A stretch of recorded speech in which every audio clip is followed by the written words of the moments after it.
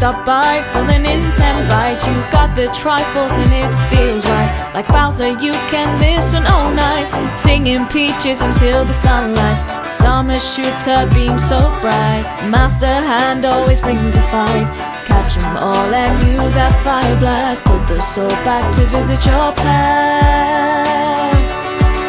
Welcome to the Nintenbyte Podcast. Hey everyone, welcome to the Nintenbyte Podcast, episode 25. We got a hell of a show for you guys today. Lots of really great topics. Oh no, it's another week and we're talking Switch 2 again. Who would have thought it? You know, we also have a massive Pokemon leak going on. Some crazy stuff happening at Bandai Namco, and man, there's this Nintendo Switch Online thing happening next week. I don't know what the hell's going on because I didn't get in. Dang it.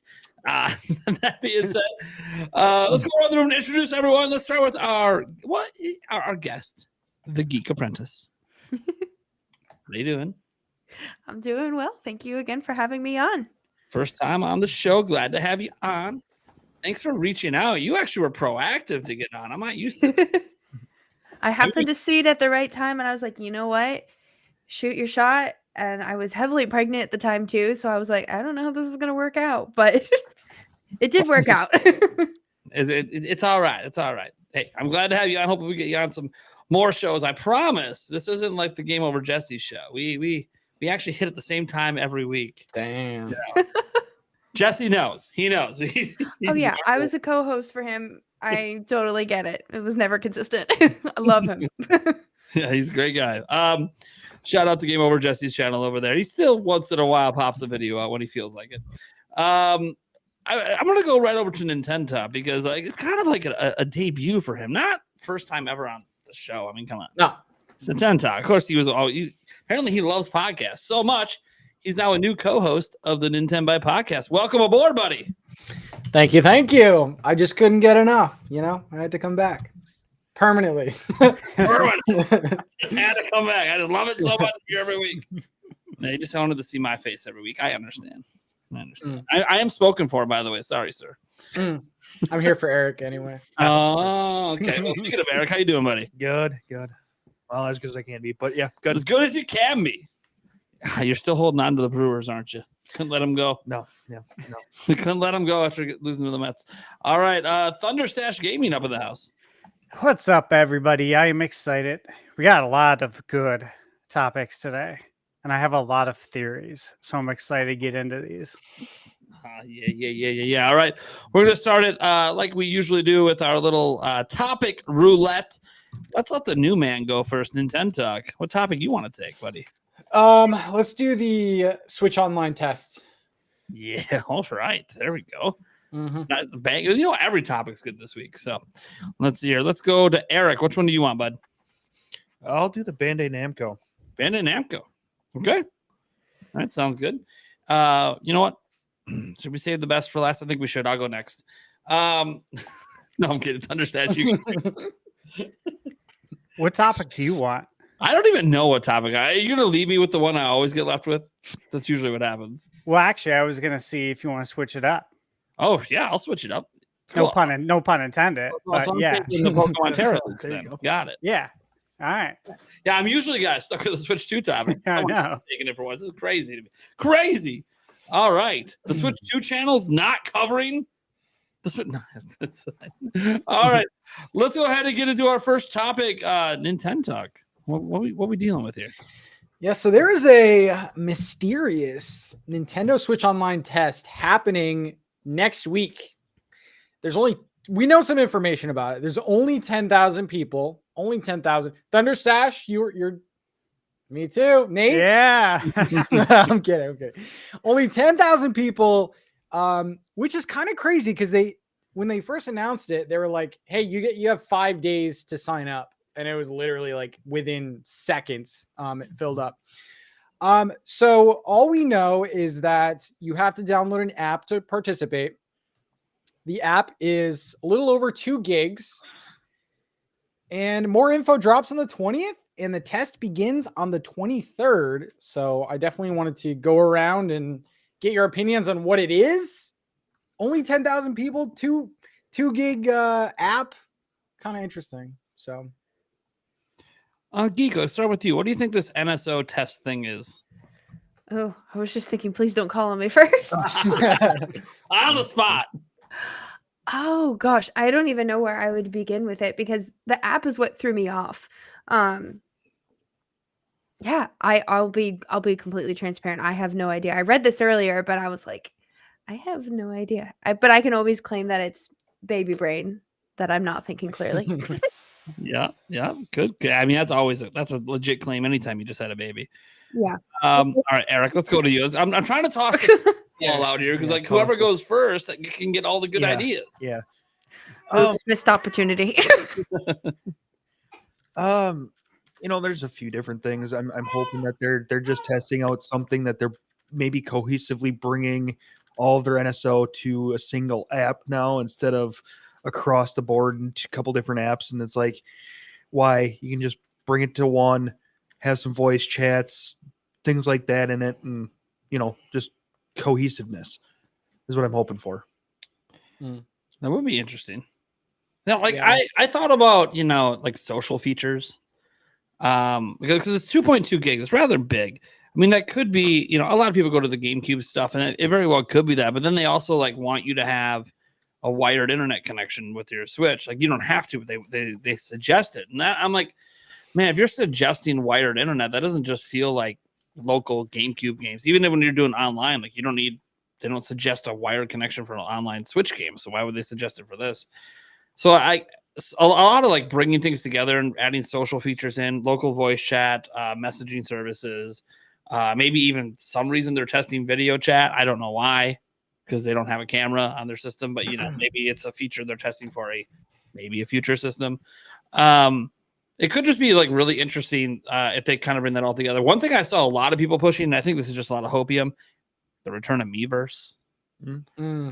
I mean, that would be sweet. I loved Miiverse. I just don't see Nintendo in 2024, 2025 wanting to moderate a social media platform. But that's true. I'm for it if they do it. I liked Miiverse. It was cool. But yeah, it's also worth noting that Nintendo, the people that are in this don't sign like an NDA, but they don't want you talking about it. Yeah, it's weird. Which that's gonna last all about like a minute. But yeah, a lot of people are saying GameCube, but I don't. Why would they have to test the servers of like a GameCube game? That makes they've never done it with N64. They haven't done it with the other systems on there. And then some people are saying social, but like the timing of this is the thing that's really throwing me off because we're at the end of the Switch. The Switch is going to be donezo. This is definitely going to, coincide with the Switch 2, I think. But what the heck would they have us test so late in the game? I personally think it's a matchmaking thing. I think it's a new way to like kind of like a social thing, but it's, for online matchmaking, or it's a game, or it's like this new online game. But what if it is like a Nintendo MMO that only 10,000 people have access to? 10,000 people who get to play. Yeah, it's a great way to test a game that would have millions of players. But, man, I mean, even with like the social feature aspect, I obviously this is something that would be for Switch 2. I think whatever this isn't launching this year, like publicly. I think it's going to be a next year thing. I know they're going to rush that out during the holidays, whatever this is. And it clearly it's going to be on Switch too. I want to be very transparent here, guys. We wouldn't be testing it on Switch if it wasn't going to be on Switch. Yeah. But clearly this is with whatever this is. It's with a forward thought that it is thinking towards the future. And it could be GameCube. I don't want to dismiss it. Some people have thought like maybe they're deciding to do streaming services with GameCube where they stream the games instead of having them local because the file sizes are kind of big, to trying to keep the app from ballooning to like 20 gigabytes or something. And I can understand that. One note about how it could be a streaming thing, although again, if it is streaming, there's not a single streaming app in the world that's 2.2 gigabytes. Like that just throws that for a huge wrench. Like the Xbox One on your phone, like if you download the Xbox app, it's like 130 megabytes and you can stream games on it. So it doesn't make any sense that it would be 2.2 gigabytes. But what I look at it, the one caveat for the streaming thing is Nintendo already works with Google for their voice chat on their phone app. They use Google for that. And Google did close down Stadia, but said it's open season for anyone who wants to use their tech for Stadia. And Stadia's tech worked really, really well. So I could see where maybe Nintendo's testing out this idea of, hey, let's centralize game streaming instead of it being on a billion different things on Switch. Let's centralize that all and set up some sort of streaming service. But what if it's a combination of both of those, though, where they bring all of their current NSO games into one app and then bring GameCube into streaming section of that app? So they explain the size of the app and, what they possibly could need testing for. I did some math in my video, and I pointed out when you combine all of the current NSO apps together, it's about 400 megabytes bigger. But with more optimization and everything, it's possible you could narrow that down to 2.2. Then you include streaming. It is.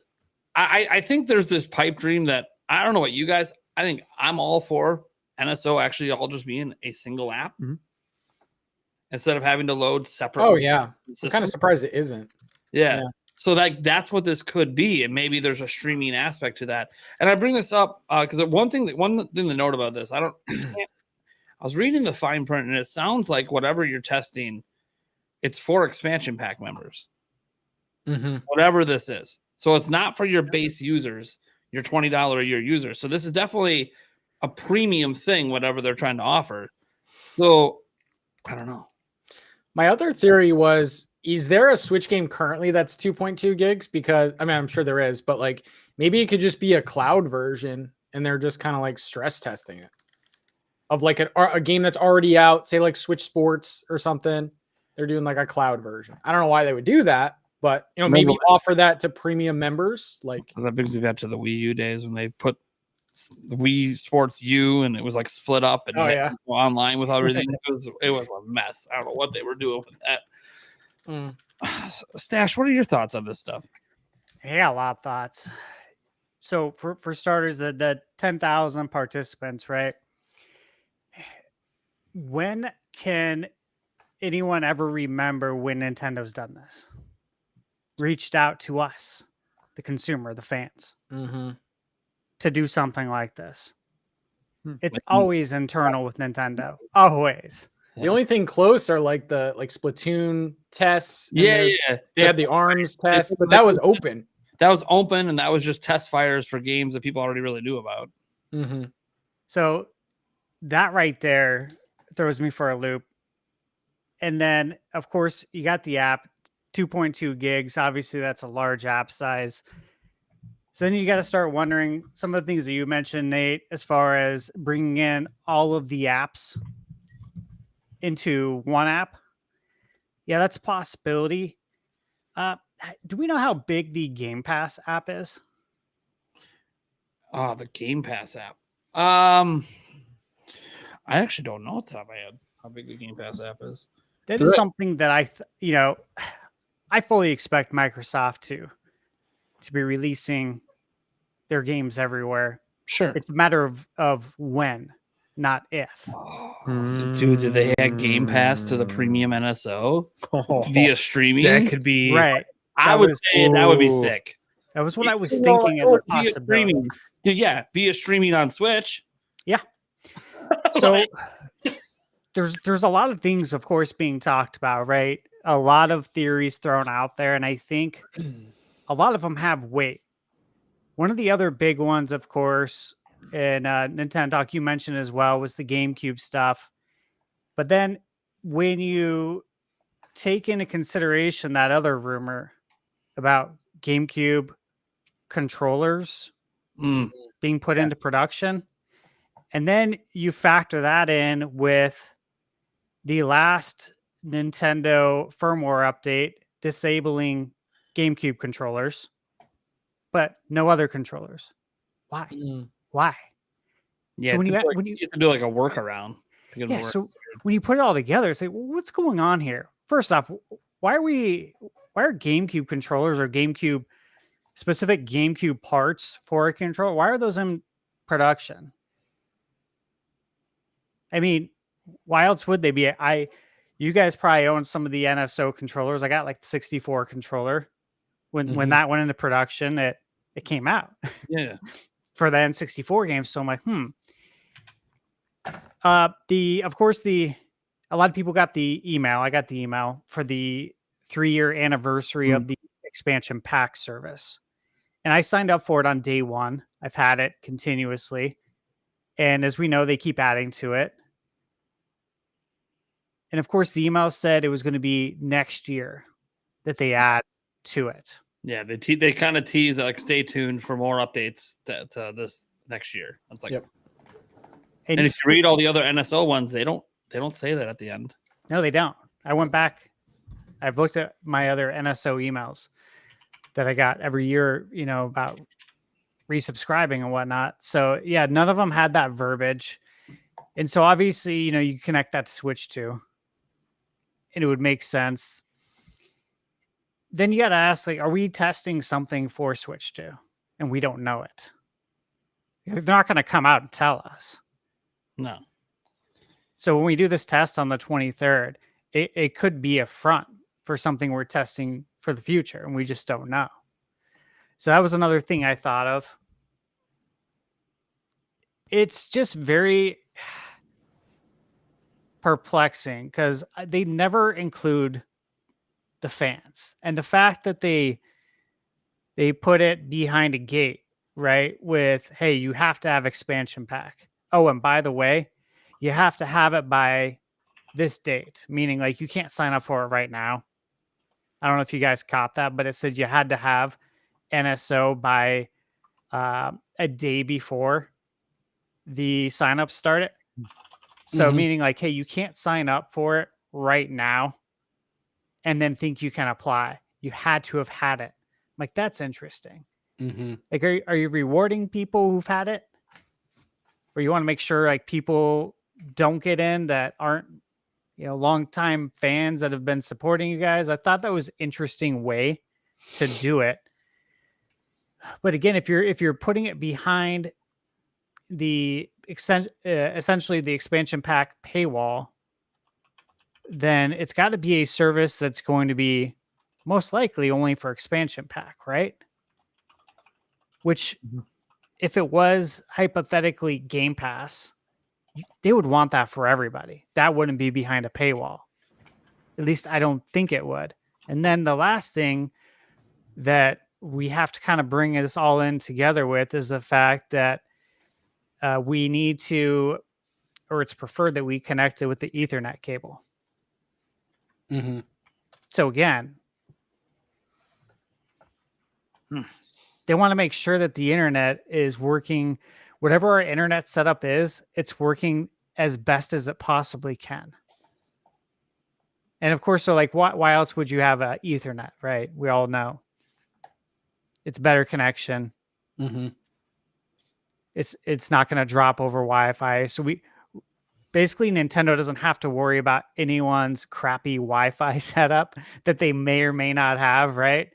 They can exclude that from this 10,000 person experiment, right? Is that, hey, hopefully I forget because I clicked the buttons so fast. I didn't read anything, obviously. Me too. I knew somebody would post it online after. But do you have to have it connected by Ethernet, or is it suggested? I think it's suggested. Okay. Yeah, it's suggested. It's not required.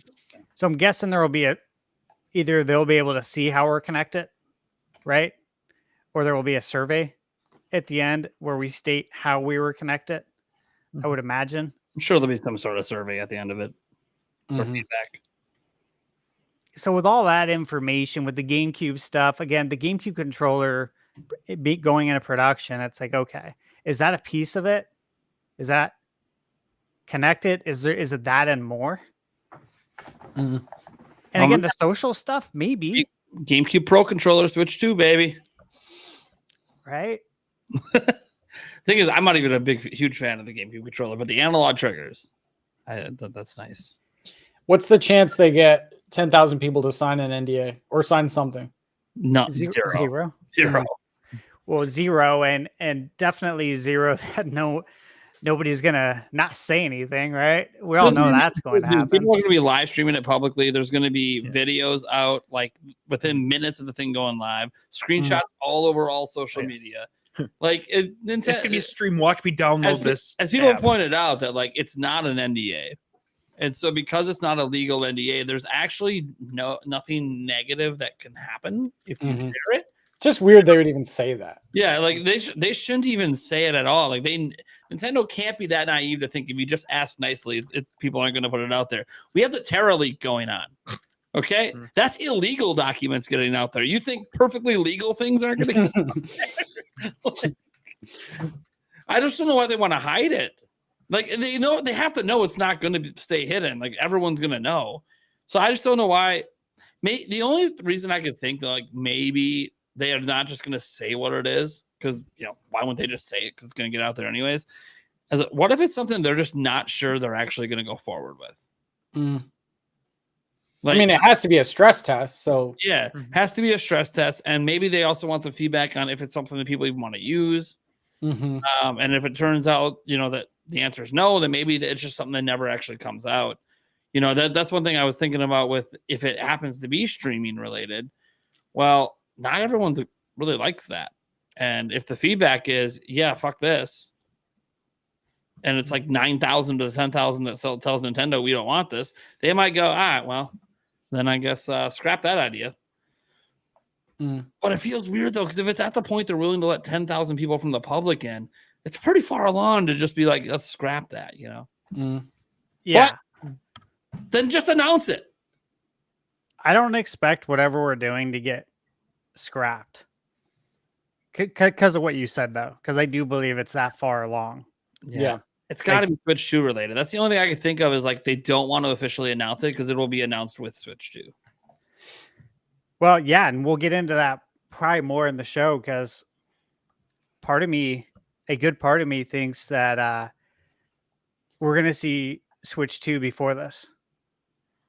Or before the 23rd? Yeah. So Tuesday? Wow. Soon. You're like, it's Friday this week. Also the weird thing is 10,000 people is not a lot. So I wonder if they're going to have like set times throughout the week, like this 2-hour period or this 2-hour period on one day. Because they said more details on the 20th, and that could be what it is. Like maybe it's not fully available. That's not 10,000 overall, though, right? It's 10,000 just in the United States, plus whatever they have in Japan, plus whatever they have in Europe, right? It's not just 10,000 people, right? Yeah. I'm not actually sure. I got rejected, so I don't know. Yeah, is that right? Because I mean, you're bringing an interesting point because that would be good information to know. Again, I just clicked it so fast. Yeah, well, you had to. Yeah. It's like trying to buy PS5 when it went up for sale. Yeah. You're just rapidly going through everything and hoping you get in. Yeah. Because I mean, even if it's more than 10,000, let's say it's like 50,000, I could see where like Nintendo wants to lock it in for like certain times if it is a stress test. Like if that's what it is, if it's just we want feedback from enough people because we don't, internally we think this is great, but we want to get some public reaction. Okay, fine. Then you just let people do it whenever. But if it's specifically a stress test, then usually they'll want to narrow it down to like certain hours of the day to kind of force as many people to get on it at once. But even then, like that's what they were doing with like the test fires with Splatoon and stuff. It would only be at certain hours so they could force as many people at the server at once. I just don't think like you're talking about 50,000 people. Okay. We're talking about like Nintendo Switch has 140 million install base with 129 million active users. I know that won't be their day one on Switch 2, but it's kind of like 50,000 is not much of a stress test. Depending on what this is, you could have millions trying to use this thing at once.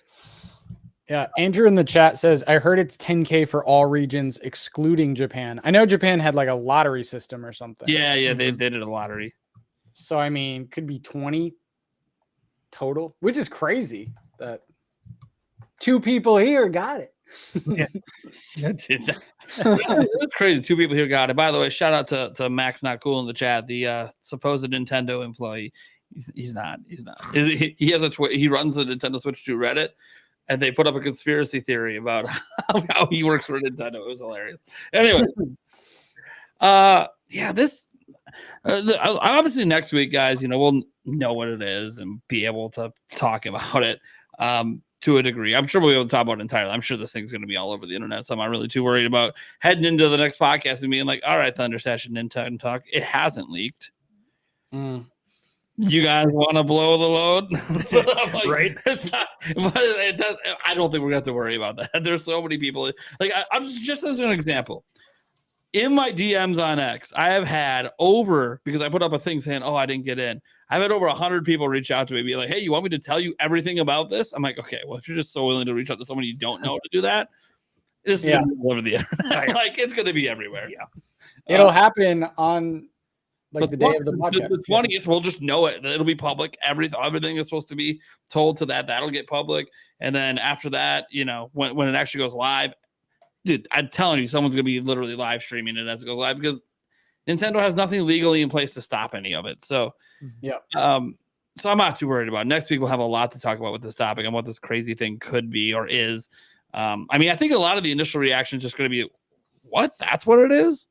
Like, it's going to be, is it just out of left field or is it just something that people expect? Like GameCube is something people are expecting. If it's that, okay, cool. Why are we? So like, hey, Stash, you're playing it. Why the hell do we need to test this thing? We didn't have to test the N64. Like, what? Well, this is kind of weird.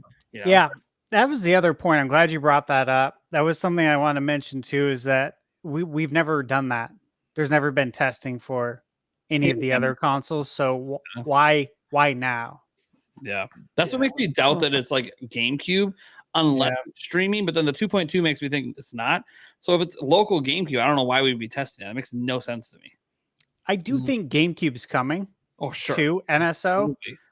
And I think it would be on Switch 2, hopefully Switch 1 as well. I don't see why not. I can see that being advertised as a feature for literally launch of Switch 2. We have GameCube there, so that's extra games to play at launch that maybe you can't do on Switch. And then that's why they want the GameCube controls ready to go, because they're going to... Let me ask you this, though. If we get GameCube, does that mean we finally put to sleep the Twilight Princess Wind Waker HD? Does that mean we have to put it to sleep now? No. Or does that still live? You know what I mean? Because Metroid Prime got a... No. I'm going to say no, because it's going to be Twilight Princess and Wind Waker 4K. Well, I would love that, yeah. Like, at this point, just delay it and let it be 4K. Just do it. I get that on my local screen, it's, if you're playing handheld, it's still HD. Okay, fine. So HD here, 4K. When I dock that bad boy, let's go. Zelda in 4K, like not through mods, would be sick. Oh, you're like, look at your she's like getting excited. Like, oh, yes, I would take that. Yeah, it'd be amazing. So you're saying if we played it on the GameCube NSO, hypothetically, it would be 480p.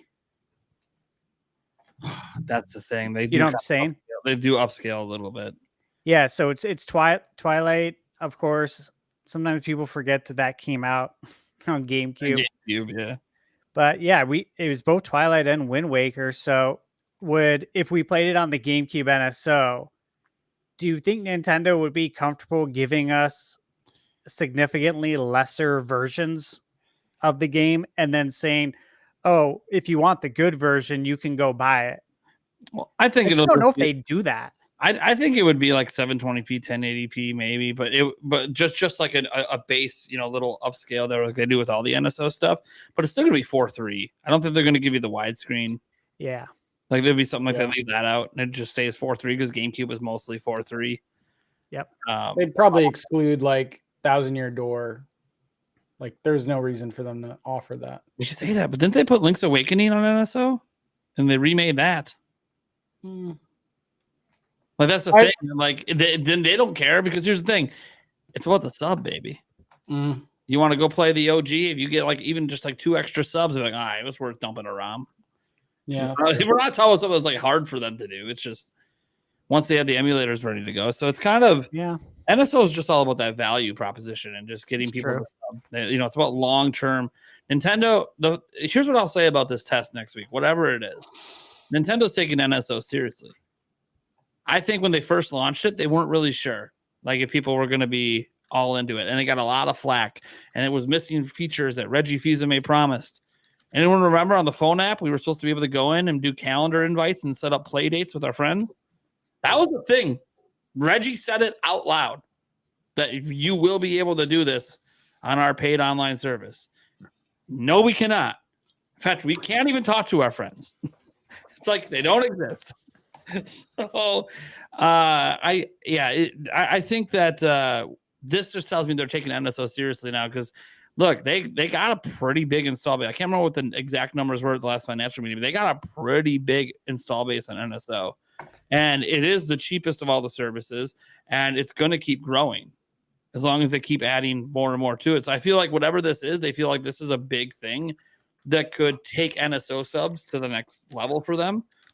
So I'm just happy to see Nintendo's taking it seriously. Now, the problem is, if this is all about online stuff, after all, it's called Nintendo Switch Online. Nintendo doesn't have the greatest record dealing with online features. I'm a little scared whatever this is, they're going to Nintendo it, and it's just not going to feel good. Mm. I don't know. I maybe I shouldn't be scared. But I just... Remember, we had voice chat on Wii. You had to buy a little Wii Speak and put it on top of your TV. That seems smart. Let's just open your entire neighborhood to being heard by this thing. You know, the headsets have been around for a while, man. You could just no headsets allowed. Okay, got it. Bluetooth. Yeah, that will be interesting. Like, because they innovate with hardware and they innovate with games. They don't really innovate with like online stuff. So I doubt it's going to be a brand new thing. But like, who knows? Who freaking knows? What is Nintendo doing? I know. Why are they inviting 10,000 people from the public to test some online thing for expansion pass members? I don't get it. Why are they being secretive about it? I just don't. Yeah. Nintendo. Man, watch. You know what it is? I figured out what it is. You know VTubing? That's it. VTuber? It's just you get to become your favorite Nintendo characters and record videos and talking as them. Okay. Huh. That was, by the way, that would be a totally Nintendo thing to do. They would. Like, I can see Nintendo doing it. We got an alarm clock. All right. I mean, maybe you guys are about to test the Nintendo toaster. Maybe that's coming up here. All 10,000 until 20th are going to be told you got to enter your address. They can send you the toaster. It's an accessory. All right. I think we can move on to our next topic. Who's going next? Was it Eric? Yeah. All right. What are we talking about, man? So, Bandai Namco apparently canceled several projects, including one for Nintendo. So, Bloomberg started amidst these cancellations that they are that Bandai Namco is putting employees into a room with nothing to do until they quit, so they don't have to pay severance. This is apparently a very common tactic in Japan due to their very protective labor laws. But it sort of sounds like a loophole. Bandai Namco denied the allegations. Of course they did. But stated that after canceling, employees have nothing to do and some quit. Okay. I mean, you deny it, but then you say you're doing it. It's right. So do we think any major projects, any of the major projects that have been canceled, they have worked on Pokken Tournament, new Pokemon Snap, and are the main core of Super Smash Bros. What are you thinking? Yeah, because they canceled a bunch after they just announced 3 million sales in a day for Sparking Zero. Wow. In a day. And then they cancel projects. So I read a couple posts about this right after that news came out, and I thought this was interesting.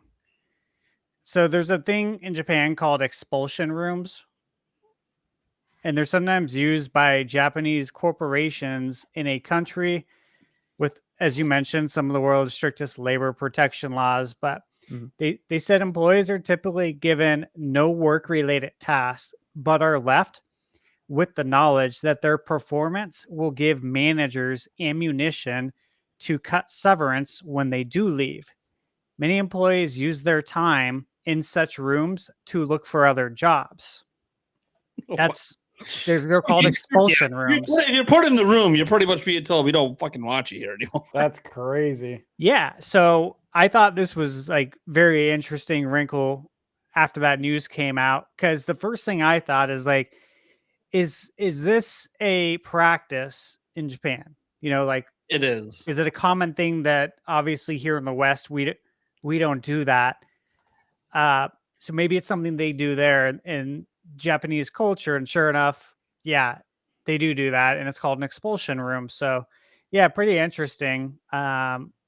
But that doesn't make it any better just because it's a common practice. I think that's unfortunate. Just because you name something doesn't mean it's good. Exactly. Yeah, that's what I'm saying. We So don't do that. We just don't give them anything to do. That's like one of the primary definitions of what this is. I feel like that wouldn't work in the West. I feel like people would be like, okay. I feel like it'd be illegal. yeah, I think Yeah. people in the West would find a way to sue and then somehow win in court. Yeah. You can't just keep employees on, but shove them in a room and give them nothing to do, hoping they quit. Yeah, I think someone would go to court and claim something that has to do with like mental health, probably. Yeah. Emotional distress or something. Yeah. Something along those lines, definitely. And they probably make out pretty good. But yeah, very, very interesting stuff. I was reading through some of the comments, and people are like, why don't you have them like at least work on a new Soul Calibur while they're in the room? I'm like, yeah, that's true, man. It's been a long time since we had Soul Calibur. Right. The interesting part to me, obviously, besides like the shock that this is like a normal thing in Japan, very much. This is why I kind of put in the notes like loophole, because I'm like, I don't really know that their labor protection laws intended this, but it's kind of like one of those things that companies are trying to do to get out of paying severance. Because for those who don't know, in order for them to let employees go, they have to first cut corporate salaries before they can do that. Like, remember when Iwata got all the credit for cutting his salary and not firing employees? That's actually law in Japan. You have to do that before you fire employees. Mm-hmm. Now, you can still fire employees after doing it. So they do get credit for not firing employees after cutting salaries. But it's one of those things that, like, they have to do that. And if you don't want to cut corporate salaries because you don't want to let people go, then you force them in a room and hope they quit. Because then you also don't have to pay them severance. So it's like a win-win for the business. It's definitely a loophole that they don't have any protections for that. And maybe that'll change one day. But setting the shock of that aside, because obviously it's a cultural thing and it's normal. And as Thunderstash said, if you get put in that room, it's over. Get paid to look for a new job. Mm-hmm. Get paid to look for a new job. But there's some interesting things about the cancellation aspect, because one of them was a Nintendo project that Nintendo was paying for got canceled. Now, for that to get canceled, I would assume Nintendo pulled the plug because they're funding it. Why would you pull the plug on something like that? And Bandai Namco last year just combined their studios together into 2 studios specifically for Nintendo games. And apparently there's an excellent YouTuber out there, Nintendo Forecast, did a video on this, and he actually went into how, hey, besides those studios, they had other studios making Nintendo projects. Like, Bandai Namco is like almost all in on like making things for Nintendo, which is crazy. So, and I kept thinking, like, what would they have canceled? Like, look, we fully believe that Smash Bros is probably starting development here. And because Sakurai, he's done with his YouTube channel. He's got one more video coming, but he's pretty much done. He's going back to work. So you assume that's on a new Smash Bros. You're not going to cancel that. The series is too big. In fact, maybe that starting is what led to the other thing getting canceled, because they need more employees for it. But then you're putting employees in a room to quit. So then that doesn't make sense to me there. So I kept thinking, like, what other games they've done? Like, maybe they were working on a Pokken Tournament 2, and they just decided, nope, not going to happen. We're going to can that. But then again, I feel like I might have saw that would have probably been in the Teraleak. I got to feel there would have been a meeting, a meeting or some sort of letter in there about that, and there wasn't. So I'm not so sure it's anything Pokemon related. Because the other thing they did was new Pokemon Snap, and that sold well. So I can see them making another one for Switch 2, one per generation. But it's like, but I don't think that got canceled. So I'm thinking, like, whatever got canceled, it must have been smaller. And I swear, if we find out it was like Star Fox, like, I'm really worried that it was like an IP we wanted to come back, but Nintendo pulled the plug.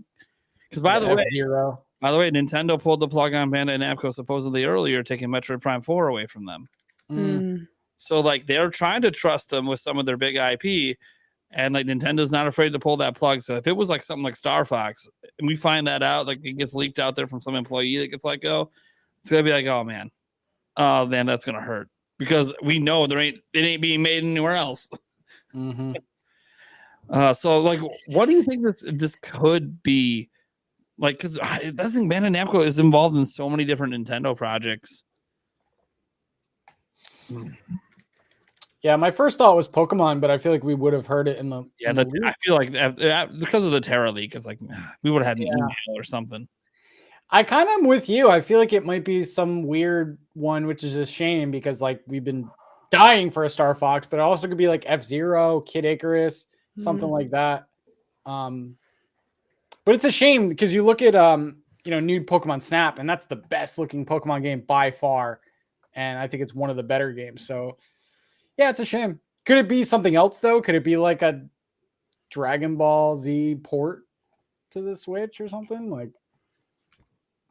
Yeah, well, I mean, they said it was a Nintendo funded game. I don't think Nintendo would have to fund. I think Bandai Namco would just bring it over because there's money to be made. Yeah. It's kind of weird. Like people just noted it's weird because Bandai Namco doesn't like on the outside look like the company's doing bad. Like for all the companies downsizing, Bandai Namco doesn't feel like the one that needs to.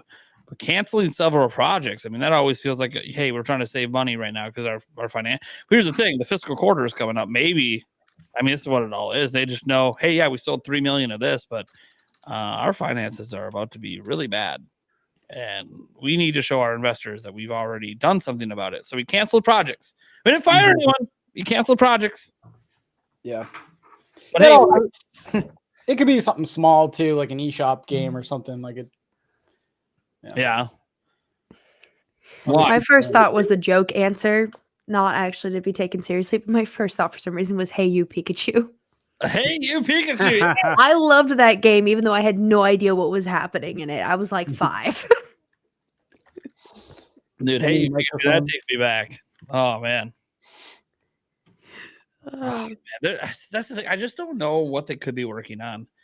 Besides, obviously, those a couple Pokemon spin-offs they work on in Smash. Like those are what they're most known for. I don't know. I mean, they have other Nintendo projects, obviously, I'm sure in the works. They didn't close down the Nintendo studios. They literally have 2 studios that make Nintendo games. So those studios are still there. And I feel like even if those studios were going to close down, I kind of feel like that's one of those that they work so close with Nintendo that Nintendo would offer to buy them, kind of like with Monolith Soft.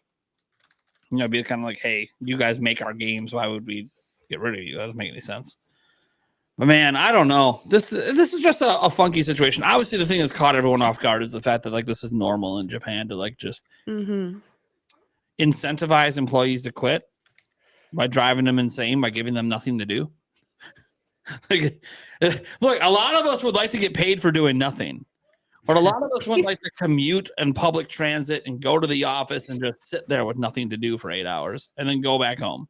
It gets a little old, like. As much as people complain about our jobs, the busier the jobs get, the faster the time goes. You get through your day more. Well, when there's nothing to do, it is mentally grating as you're like staring at the clock for 8 hours of nothing, just knowing that you got to get on a train and commute an hour back to your house. It's like, oh man. I mean, you get your lunch break, I'm sure, at least. Let them socialize, at least. Let them have a life. Oh man. Yeah, I was looking at the games that Bandai Namco's done that are like Nintendo IP that aren't the obvious ones that we think of probably off the top of our head. One of them was the Mario Baseball.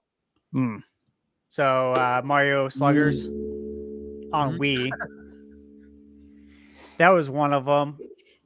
And I was just Googling right now, and there's a post actually on Family Boards from December 2023 report that Bandai Namco is developing 2 Nintendo games.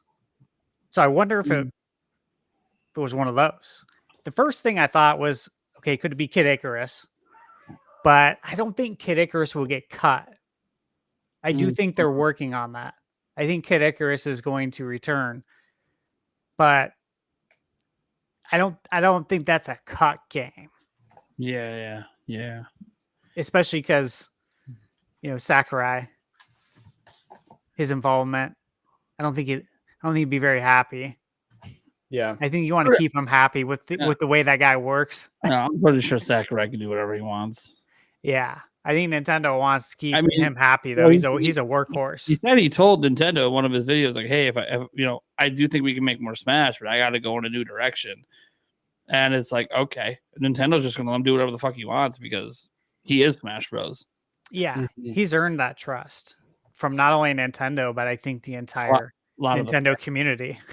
Yeah, and he kept a massive online presence with that YouTube channel that blew up. And it's kind of like, hey, man, you just let this guy do his thing. He's got an audience. It's going to sell, whatever it is. Even if, there's some crazy rumors out there about Smash. I'm not going to get into it because I don't think it's real. They're on 4chan. But it's like a Smash series where it's a Smash Bros. Game per franchise. So you can get more in depth. Oh. I'm like, that's a really cool idea. I don't know that that's going to be received crazily well. Well, they're like, hey, hope you like Mario, because if not, that would for you this time around. That would kill Sakurai, I think. Yeah, I don't think he could handle not being able to put other characters. Anyway, I'm interested to see what his ideas are for that. But yeah, I mean, Sakurai is the one that works with Bandai Namco on projects. Obviously, Smash being one of them. If it was Kid Icarus as well, he would be involved somewhat in that. So, yeah, I just don't really know. I think whatever is coming, I don't know. I mean, we will probably figure out because some disgruntled employee who leaves will eventually just say something, especially when there's no severance because they quit. Mm-hmm. So, what are they worried about? Unless they're on a I don't even know if exit contracts are a thing in Japan. So, yeah, I read that 100 resigned. So Bandai Namco has 1,300 employees. They've moved 200 to such rooms, and out of those 200, 100 have resigned. It said the people asking not to be named discussing private information. This is according to Yahoo Finance one day ago, that 100 did leave, and they asked for their name not to be mentioned. Yeah, and Bandai Namco put out there that, this just happens. This is normal when we're transitioning and moving employees to new departments. I'm like, dude, you knew you were canceling the project. Shouldn't you already know where they're going to move to? Mm-hmm. You just don't want them there. Just be. I mean, I know. Here's the thing. I don't think they could say that out loud because I think the PR from that would be horrendous. Mm-hmm. Even if this is a normal thing, like Thunderstash looked it up, it's normal in Japan. Yeah, but you don't remember companies saying it out loud. Yeah, that's not a good look. It's imagine that Nintendo's like, oh damn, it's the Wii U 3DS era. We got to downsize. Hey, we didn't let anyone go. People just quit. We just isolated them for months. We took them, we put them in a room, we played the same Mario song on loop for 8 hours, and then they quit. It is what it is. We made them play Mario Party 10 for. They had full benefits. Everybody's wanted to switch. Everybody's forced to play that. Non-stop. 8 hours a day. It'd be fun for the first 10 minutes, and then, oh boy. Someone in the chat said a room full of alarmos. A room full of alarmos. Oh, God. It won't function. It won't turn off. That's good. Open your eyes. Shut up. Oh, that'd be great. Yeah, I think we can move on. This is just such a weird topic. I don't even. It is. What is Bandai Namco doing? I always throw it in there because I'm I'm confused. What is Bandai? All right, whatever. Let's move on to the fun topics now. We got two big ones. And I think I go first, and I don't even have the one that I usually have. So this is a shocker to me, but this is still massive. And yes, technically there's a slight relation between our final two topics, but we'll save most of the relation stuff for the Switch 2 topic. I'm talking, of course, about the Pokemon Teraleaks. It's kind of like a GigaLeak 2.0 because there was terabytes of information back then too. For some reason, though, we don't call that a Teraleak. That's a GigaLeak. So this should be like the Giga Leak 2.0, but we're calling this a Teraleak because it's a terabyte. It's less data than the Giga Leak, but if that makes sense. Anyways, yes. So before we can even get into the stuff of this, I gotta note, like, this is crazy how this happened. Essentially, an employee who we're not going to name had their login credentials back in August. And we know August because that's what Game Freak said publicly. This happened back in August. Compromised, which led to somebody getting access to their account, logging into their Nintendo backend account, and just downloading everything they can. A terabyte of stuff. And this is all like a very up-to-date stuff. We're not just talking about old stuff. There's old stuff. There's lots of old. They've got lots of beta stuff. We're talking about like things that haven't been announced. Playable versions of games we haven't even seen. It is extremely up to date. And obviously a ton of employee credentials and all of this too. Not just the individual employee who had his account compromised. There's tons of email data, direct contacts with higher ups and employees everywhere, employee addresses, and all it's pretty bad. Now, you guys haven't seen a lot of that stuff really covered publicly because I think everyone knows you just don't ever get into private details like that. Even the hacker himself is like not really talked about that kind of stuff, even though it's in the files. Like, it is what it is. It's just part of the leak. So first off, like, how do we feel about the fact that this leak even happened and exists? Because I feel like there's kind of like a really big gray area here, because I love leaks, man. I really do. But we're talking about, just as an example, I'll get into this a bit later, a fully playable version of Pokemon Legends ZA, a game that we haven't even seen gameplay for yet. It exists. It hasn't leaked yet to the public, but there are multiple people playing it. Like, this is, when I say this is bad, this is bad. Like, this makes the Giga Leak look like a baby. That was all old information. Like, it was just cool to look at the history of Nintendo, basically, is what that was. So that would be like in this leak when we got all the beta Pokemon from old games and like old, like, you know, ideas that got scrapped and camera angles for battles that got scrapped. That's all cool. That's fun to look at. That's like history of Pokemon kind of stuff, or like the origin of Pokemon, and also some very weird documents with some very strange ideas from some of the people that worked at Game Freak. They're freaky there. Yeah. They're pretty freaky. You might have learned some things about Pokemon that are not canon, by the way.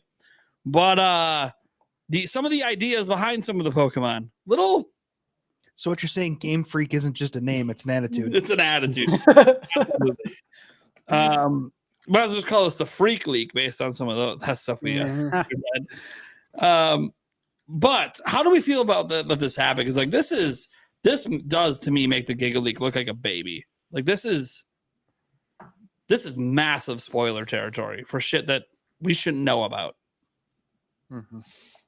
So like, how do we feel about the fact that this even happened? Like Geek, I see you over there being like, oh man. I'm someone that I don't really like pay attention to a lot of leaks when they come out, but when it's like small stuff, it is fun because it's like, you know, you get little bites of what's to come. But when it's stuff like this where it's kind of major spoiler territory, I mean, they're called spoilers for a reason. It's like that kind of takes the fun out of it. And obviously having all of that personal information is kind of dangerous, but y'all said that that information wasn't leaked, like it's known, but it wasn't leaked. Yes. Well, it's out there. If you find it's in there, it's in the docs. Just no one's talking about it because I think there's like a general agreement that like this is just, we shouldn't talk about that. But technically, it's in there. I've seen the files. I feel like that's probably the most disappointing part, in my opinion. It's just all the personal information getting out of there. On the one hand, it's kind of cool that it sounds bad, but the bad part of me is like, oh my gosh, this is so much information. That's kind of cool, but it's like, I don't want to know that yet. I was trying to think. There was something specific in there that I was like really excited for, but I was like, I didn't need to know that yet because I haven't been in the Pokemon world since Sword and Shield, I think, but I've wanted to get back into it. Yeah, I mean, maybe I hope I don't sound like a Debbie Downer, but to me personally, I'm just like, I don't want this much information leaked. I'd rather find out about it organically. Mhm. But yeah, that's just me. Yeah. I think it's definitely disappointing for like the newer stuff to be leaked. And obviously they're not just games and like concept art, but also like employee information was leaked, Yeah. which is not cool. But yeah, the newer stuff being leaked, I don't want to see that stuff. And it's kind of a shame too, because the Pokemon company as a whole finally is taking time to make games. Like they didn't release one this year. They're taking this time. And then for this to leak, it's just like, they must feel like, what the heck, man? Yeah. But I'm not going to sit here and lie and say I didn't look at the things, not the new games, but I am a giant. My favorite gen is Gen 3. I think Gen 3 is perfect in every way. And seeing cut Pokemon in concept art for that gen is like mind blowing to me. Like my 10-year-old self would be doing backflips right now. Like it's so awesome seeing that. But yeah, this is, if you're a Pokemon fan, pretty much everything is leaked. Like concept art, different like intros that they were playing around with for like X and Y and stuff. So it's like the dam is open, man. Like it's crazy what has leaked. But yeah, some of the more interesting things were the new playable ZA, but also that it's was it in development for Switch? Thunderside, or it was supposed to come out this year? Yeah, so it's interesting. They said it was supposed to come out in 2024, and that it was shown that it was being developed for both Switch, and there was information in there that it was being developed for Switch too. Mm-hmm. So this would have been, I believe, the first ever cross-gen. Correct me if I'm wrong. Cross-gen Pokemon game. I think so. If you look at obviously the portable history, and when I saw that, I immediately thought it's just another thing on why we should put more stock in the rumor that Switch 2 was supposed to come out this year and was internally delayed. Mm-hmm. I immediately thought, yeah, 2024, that sounds right. It would have came out on Switch 1 and Switch 2. That's true. And the fact that somebody completed the game, that makes sense that the game's completed. Because again, it's being held. It sounds like it's being held until next year when Switch 2 comes out. Mm-hmm. That was the first thing I thought when I saw 2024. I'm like, yeah, it sounds right. Totally. I could see that. And of course, we're not going to show any of the screenshots, but yeah, they're out there. Even ZA, there's like screenshots of that. It's also worth noting that like there's a lot of stuff out there, and if you are interested, Central Leaks is posting a lot of it over on Twitter.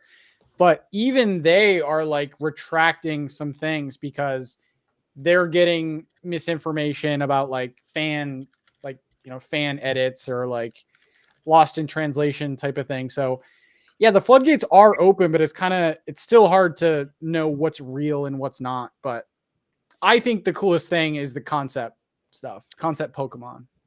Yeah. I'm with you on that. Totally. So obviously, just starting from the top, I think we can all agree, never, ever good to see employee information leaked. Mm-hmm. There's no reason for that.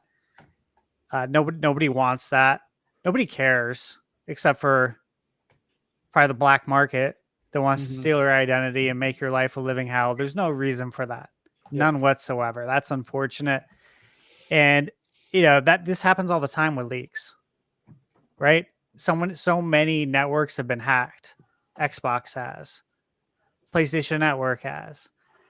So many actually places that I have either a subscription with or something that's been hacked. It's like, man, my data must be everywhere. Yeah. You know what I mean? Like this is crazy, but thinking about that stuff will keep you up at night. So I don't, but again, that's never good. What I really liked is the old stuff. Again, like you said, to me, kind of sifting through that. And I'm not like personally sifting through it. I do follow Central Leaks. I have for a long time. So they're doing a great job, honestly, posting the stuff that I think they think people would want to see, and I've been fortunate enough to avoid any of the spoilers, which is great. And I don't know how, but I just haven't seen that part. But looking through all the old stuff is cool because it kind of makes you feel like you're a fly on the wall at Game Freak to see like all this stuff that they thought about doing, right? Like you said, the different intros, and one of them was like the origin story of Pokemon. And I thought that was like super interesting lore. I'm like, you guys should use that, man. This is really interesting. And I wonder if they're going to, right? Some of the stuff, again, yeah, it's a little out there. It's a little freaky, like you said. But I did think that was really cool. And I think, again, I don't like future spoilers. I do not at all. I love surprises. I never want to know if someone says, "Hey, do you want to know what I'm getting you for, Christmas, for your birthday?" I'm like, "No, absolutely not." That's like the most fun part about it, actually, is not knowing what it is and being surprised. And so I absolutely cannot stand leaks of this nature. And we've seen some interesting leaks in the last couple of years. I think what was it? There was a Wolverine leak for PlayStation 5. And that's the next big game. They made Spider-Man 2, and then Wolverine's the next one. And it's like I really don't want to see this stuff. It's really not that interesting either. I want to see the finished product, man. So the fact that apparently somebody beat this, right? I had heard, right, that it was the game was able to be completed beginning to end. That is crazy, and I hope it doesn't get out there to the masses. It was like 50% translated too, I think. It's like half of it was translated. I wonder how current the game was that was on this server. They got access to the server, right? Yeah. Yeah, so I just wonder how current that is. Yep. Well, I mean, it was the developer portal, so it's probably pretty current. Then it's probably current. Yeah, if it's developer portal, it has to be. Yeah. They're going to remove the old ones. Man, yeah, it's just bad. It's bad. It's a bad look, man. Yeah. I don't think it's cool. Not into it. But again, the old stuff, really cool. They should put that in a book. They should. I'd buy it. Yeah, like the Zelda books. In fact, I had one that should be in the mail today. I have the Hyrule Historia. I've had that for years, but the Legend of Zelda Arts and Artifacts, I think, is what it's called. Yeah. Yeah, it was on sale on Amazon for like dirt cheap. I think I got it for under $20, brand new. So yeah, that should be in today. That stuff to me is super interesting to like really deep dive into the lore. And like I have fond memories of looking at the artwork in the instruction booklet for the original Zelda. They had some really good art in it. That Link's Awakening, Zelda 2, and Link to the Past. And then they kind of got away from the really good art. There was still some decent art in N64 era, and then they really got away from it. But it's like, hey, something like this, if you're a Pokemon fan, this would be really cool to see in a hardback book. I agree. I miss those little booklets that came with our games. Oh, I do too, for so many reasons. Even the smell of it, honestly, the smell of it. I'd love to open up the instruction booklet, and this is a great smell, man. Brings me back. Yeah. Didn't think we'd be talking about smelling instruction booklets. Me either, man. That's the thing. It happens. Getting a little freaky over here. We don't need smelling salt. We need little instruction booklets. There were two big things, though, that were talked about in this leak. Gen 10, which not really a leak that they're working on it, but the code name is Gaia, and there's two versions called K and N. We don't know anything about that. Yep. It's an archipelago of islands in development for Switch 2, but tested last year for Switch 1. So I don't really think any of that is a shocker. I mean, the archipelago, I guess, like new information. And then another project, Pokemon Synapse, is a new multiplayer game being made by Game Freak and Ilka, described as Splatoon-like, which I think is interesting. So maybe like I don't know what Splatoon-like is, 4-on-4, like. Maybe it's what you're testing next week. I will flip out. That would be so cool. Like Pokemon Mystery Dungeon style, 4v4. I'd be down. Yeah. There is technically one more thing I didn't put in there for the Gen 10. There's supposedly a playable version of that too. Mm-hmm. Yeah. I didn't put it in there because I'm like, I don't really want to talk about that, and we don't have any screenshots yet. But Riddler-Ku, one of the Pokemon leakers out there, kind of put out there that like if more stuff leaks for like Gen 10 and ZA, that it could lead to like sweeping changes with the games, which will just make them delayed even further. Which could be a good thing. It might not necessarily a bad thing but like also if they have to like redo the whole game because like ZA is playable start to finish story wise. Like if they have to change the entire story and everything about that game now, that would suck. That's going to be a year or two plus delay. That's not great. So we'll see what happens with that.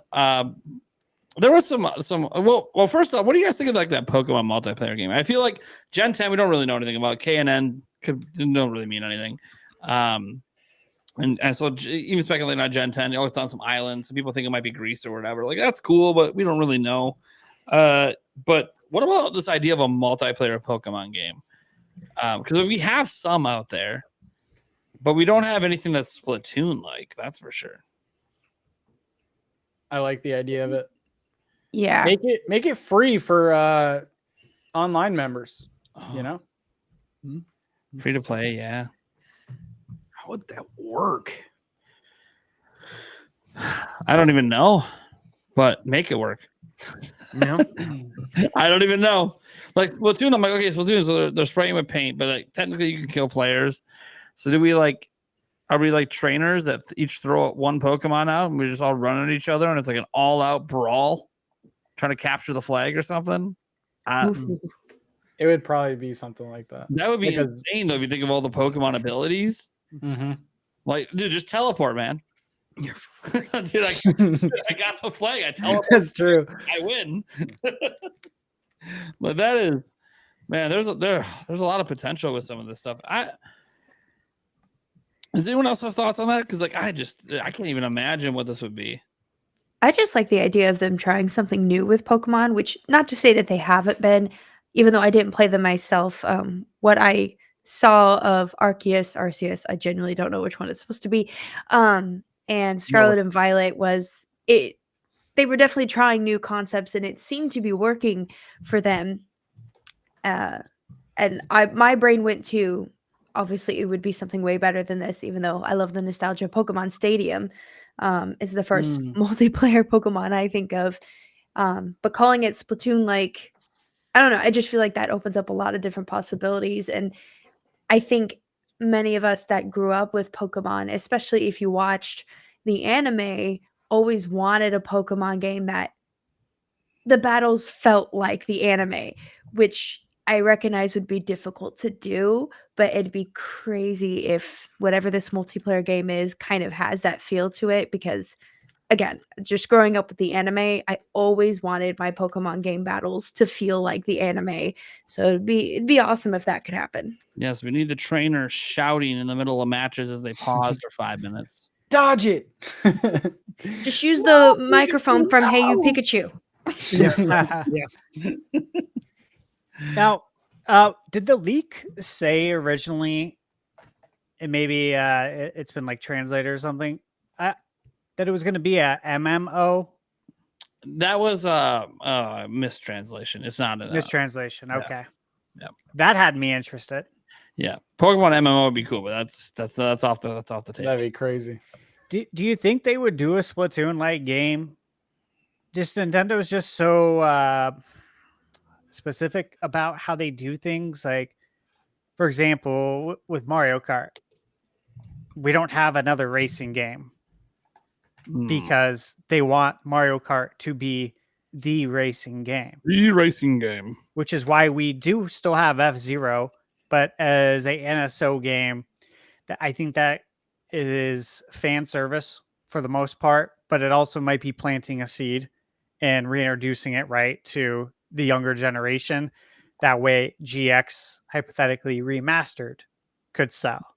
So there's two ways you can go with that. But I think the school of thought has always been like, hey, they don't want to release another racing game because they only want you to buy this one. We're going to funnel all of our resources into this one, and give you the DLC tracks, all these updates. So that's why I wonder, it's like, do you want there to be competition for that?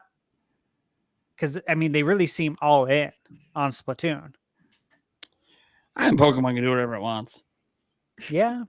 I mean, I think they can, but I think Nintendo might be like, You mean a bug-free game? Yes, you really want to do that? Yeah. A complete game? That's a little far, but a polished game. Yes. Yeah, There you go. it's been a while since they've done that. Yeah. I was also thinking about this, and like, isn't Pokemon Unite kind of what we're talking about here? Isn't that like That's like the one that comes to mind, right? isn't that like a zone thing where it's like isn't that 4v4 or 2v2 or something? I don't know. I played it for like 2 seconds on my Or phone. that's like a 3v3 or something. I don't know. But Maybe they have guns. We're looking at it all wrong. They have guns. It says Splatoon like they have guns. Pal World. That's Yeah. why they're suing them. Yeah, Walk off exactly. Yeah, they're knocking off Pal World. It is what it is. There were other things in this leak too. Obviously, I didn't write everything down because there was a bunch of shows that leaked. A Netflix series that was supposed to launch this year, but isn't out yet. So maybe that got pushed to next year. Not a lot of details on that show specifically, but there's also apparently a full story out for Detective Pikachu, a new Detective Pikachu movie that supposedly has been in production since 2021. Don't know if that's still coming or if that's still a thing, but we've heard on and off over the years, like Detective Pikachu has kind of been on and off as they're trying to figure that out because the first movie was so successful. It obviously makes sense they'll probably follow it up eventually. It's just kind of weird because like the way the movie ended, I don't really know. Like, how do you bring Ryan Reynolds back as Pikachu? Like, if you watch the movie, like how it ended, it was kind of like you don't need anything else to happen unless you're going to have a different story in that world. But then, like, the talks were always like, oh, Ryan Reynolds is going to come back as Pikachu and this time. But how? He's no longer Pikachu at the end. I don't get it.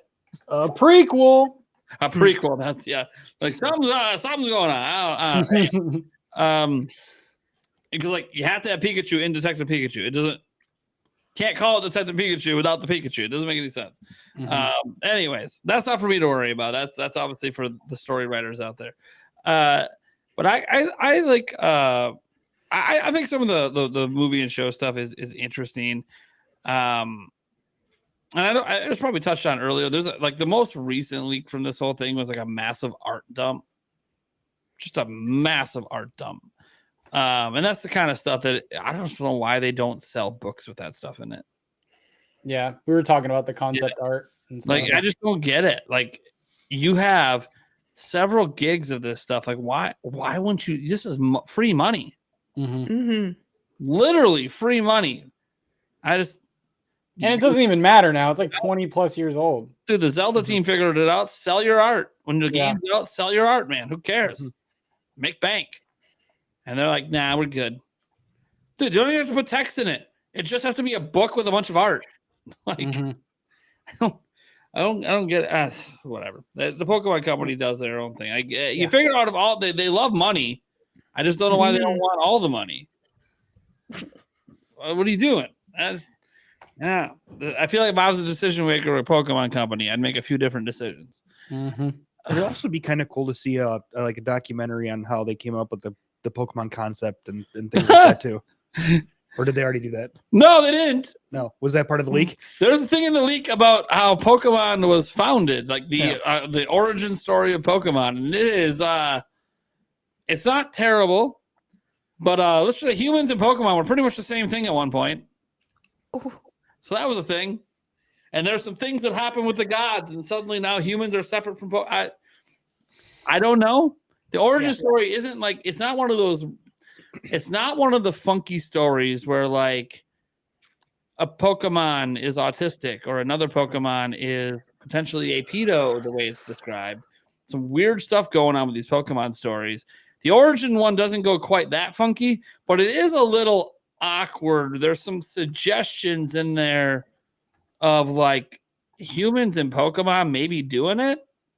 And I just don't know what the mindset. By the way, none of this is canon. I know everyone acts like it's canon because it came from the Pokemon company, but it's like they never put this out publicly. No. Like, it's clearly not intended to be canon. It was an idea by somebody at some point, and they just never deleted it. They clearly didn't move forward with the idea. But it's very weird. And it would be cool, as Eric said, to like have a documentary. Here's the thing: there'll be a documentary on the leak. Someone's going to do it. It should be the Pokemon company. They might as well do it. It's their stuff. Yeah. But it won't be them. It'll be some third party. Oh, man. This leak, you know, I didn't get a chance to talk about my thoughts on it earlier because I had to step away. Weird thing going on. Someone shows up at my door with a invite to my cousin's wedding, and I'm like, wait a second. What? It's in the middle of the road? What do you mean it's in the middle of the road? What? What? It's night right now. What is going on? Anyways, don't know what's up with that. But what I will say is I'm very uncomfortable that we're even talking about this. The few scam things like, you know, oh, Gen 10 is going to be on Switch. Shoot, cool. Like that. That's no details. Yeah. That's just like, oh, that because it's like something cool to talk about and speculate on. But like the moment that I started having people show me and provide pretty definitive proof that Legends EA is being played right now, I'm like, dude, first off, as a fan, that's not how I wanted to find out about this game. Mm-hmm. I wanted to see it the way it was intended on Switch, at least out the gate. Later PC version's fine, but this is not how I want to see it. Two, as a content creator, this really sucks. I was planning to do a bunch of ZA coverage next year, but you can't because a lot of ZA coverage is taking small things and speculating on them. But when we already know what it is, because it's been out in the public for a year, then you can't speculate. Mm-hmm. It's all spoilers because we just know. So it's like I can't. It kind of makes me not able to cover ZA outside of doing live reactions to trailers. So for me, as someone that was like looking forward to this being one of the, because after I fell in love with Legends Arceus, I'm like, dude, I'm going all in. Like I'm not a huge like mega Pokemon guy, but I really loved Arceus. Let's see what's going on with ZA. I was going to go all in on covering it. And now I'm like, well, scrap that. That sucks for me. Now, granted, thankfully it's supposedly launching in the first year that Switch 2 is going to come out. So I'll have other stuff to talk about, but that was supposed to be one of that other stuff I was talking about. So it's very disappointing. I almost wish, like, for the hacker trying to take the high road and all this stuff, I'm like, you shouldn't even mention this stuff's in there. Like, if I got access to these files, I would have just been like, oh, ZA, delete. Mm-hmm. Like, I don't care how much I want to know everything, delete. Like, just, it's so shady. And I know, like, we had like a similar thing happen with the Giga Leak, and like, Nate, you didn't get as mad about that, 6 years ago. I'm like, yeah, but man, it took, God, how many years for all this stuff to come out? Like 4 years. Like it was very slowly trickled out. The person, by the way, did get in trouble by Nintendo, and this person's also going to end up getting in trouble. They're going to. You think that you could just leak all these files online and they're not going to track you down? They're going to find you. You're going to be sued. You're going to be going to jail, or at least heavily fined, or both. Just ask Gary Bowser what it's like to mess with Nintendo. And that's on a much, much smaller scale than what we're talking about here. Like, oh, by the way, if you guys think Nintendo's litigious, have you seen the Pokemon Company? They're like a whole new level. So, like, they ain't going to let this go. They're going to want the book thrown at this person. So, I wouldn't, even if I got access, I might not even leak the stuff out of fear that I'm dead forever. Like, this is it. My life is over just to show the world Pokemon. Mm-hmm. Like, it's not worth it to me. I'd access it. I'd look at the files. I'm like, this is cool. This is neat. I'm outie. Peace. But that's how what's being happened. It's like, and I know Legends EA has not leaked publicly yet, but it's like, supposedly there's like 5 people playing it. Originally there was only 1. So now it's 5, then it's 10, then it's out. Exactly. Like That is exactly what will happen. How it goes every time. So I just don't. I wish like the funny thing is, you know, my channel covers a lot of rumors and leaks. You might be like, "Oh, this is great." I'm like, "It's not," because I don't want to cover any of it. Yeah, and you can't because you can't show anything. I can't show anything. Sure, I could talk about the beta stuff and speculate, but I'm not a big enough Pokemon expert to do that. Like Poketubers, I know are already doing that, and that's fine. But like, this just to me is one of the most disgusting kind of leaks out there. Like a lot of leaks happen like data mining. Cool. It's public files. It got data mined, whatever. That's how we learn things about like NSO and stuff like that sometimes. Or we learned about how Bluetooth headset support was coming to Switch. We learned that through data mining. Cool. That's fine. I'm cool if like, you know, a screenshot gets out there. Hey, someone snapped a pic. Cool. Hey, it's one screenshot, not a big deal. And I'm cool, you know, with like the rumors and stuff, and like you know, game developers talk to insiders, and you know, they put a few stuff out. That's fine because it's never the full picture. I hate when it's this, where data is stolen, a crime is committed, and then it's just everything. It's everything. There's no filter. There's no. It's just here you go. Here's everything the Pokemon Company has been doing for 30 years. Have a good day. It's like, what? No, you can't just do that. You can't just give us everything they've ever done. That's crazy. And like even now, like some of the stuff that got out there, like some of the really weird Pokemon origin stories. You know what? People are being like, hey, maybe we should see who wrote that and leak their names out there for being sickos. I'm like, no, that is insane. Let them be freaky. Like, yeah, they're being freaky, and they were bad ideas, and that's why they didn't move forward with them. But we absolutely shouldn't dox a current or former employee because they had a bad, freaky idea. And now they're like, oh, we morally have morals. We don't look at this shit. Morals. It was private for a reason. You're not even supposed to be aware of this. Was never intended for the public. My God, I've had some freaky things cross my mind in my past. I just didn't say it all out. Like what, Nate? Like what? Like what, Nate? Well, see me in the 2-inch destroyer one day walking to a bar. Anyways, I don't know. I'm just very uncomfortable with the whole thing. As cool as it is, like I obviously I've covered a few things on my channel just on the fringes, and that's kind of what this conversation is, like on the fringes, because we could deep dive into like we already know stuff about ZA. It's already out there. There's already like exact information about the game. And it's kind of like, okay, well, I didn't put that in the doc for the show because I'm like, I don't really want to talk about that stuff. Like it's just, and you might, and I know the irony is like I'll talk about a lot of Zelda leaks, but I've never had the full like what's my policy at my channel? Everyone watching, when a game fully leaks, we stop. We don't talk about it anymore. Well, guess what? ZA is fully playable start to finish. Can't really talk about it then, and that sucks. And I obviously my what I really feel bad about are the hard people that work on this. Like I know Game Freak, you know, a lot of people say Game Freak deserves this because of the trash they put out. Like there's a very complex web of what leads to games being broken at launch. But that doesn't mean that we should want people's hard work just thrown out of the internet like this. Like it's just not okay. But it's all public. So like, you know, someone told me that I'm bad for covering it, and I'm like, well, what do you want me to do? It's already fully public. I'm small potatoes compared to the people talking about this. It's everywhere. So like if it's public, we're going to talk about it, but you know, I have my morals. I didn't bring up any employee names. I didn't even go into the details on the games people are excited for. So like I'm just going to sit back and say it sucks it's out there, but it is. And you know what? If there happens to be a little smidge in there about Switch 2 beyond a code name, maybe I'll talk about it. Hopefully I don't need that. Nintendo, you might be revealing this thing. Wait, what? Nintendo talk. What's our last topic? Transition. Is that my topic? Is that Thunderstrush's topic? That's mine. Yeah, The ounce. It's okay. It's somebody's topic. I don't know what topic is what because I stepped away from the show and my mind is all jumbled. But Thunderstash is your topic. That's right.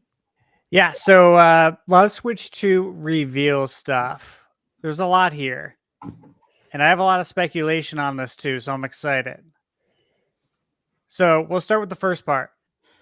There are a few things swirling around since the last episode. But first thing, we'll go with the Nintendo Switch update, the 19.0.0 update. It has some interesting changes in it. And Necro Philippe from Universo Nintendo posted about this. And I'd seen this too, and I thought this was pretty interesting, but he said that based on what I've seen in the Switch firmware 19, I expect interesting changes involving the Friends system, the home, storage, and even the way the operating system of Nintendo's new hardware should handle simultaneous content downloads. And he had posted about this on the 9th. And when was the sign up again for the NSO playtest?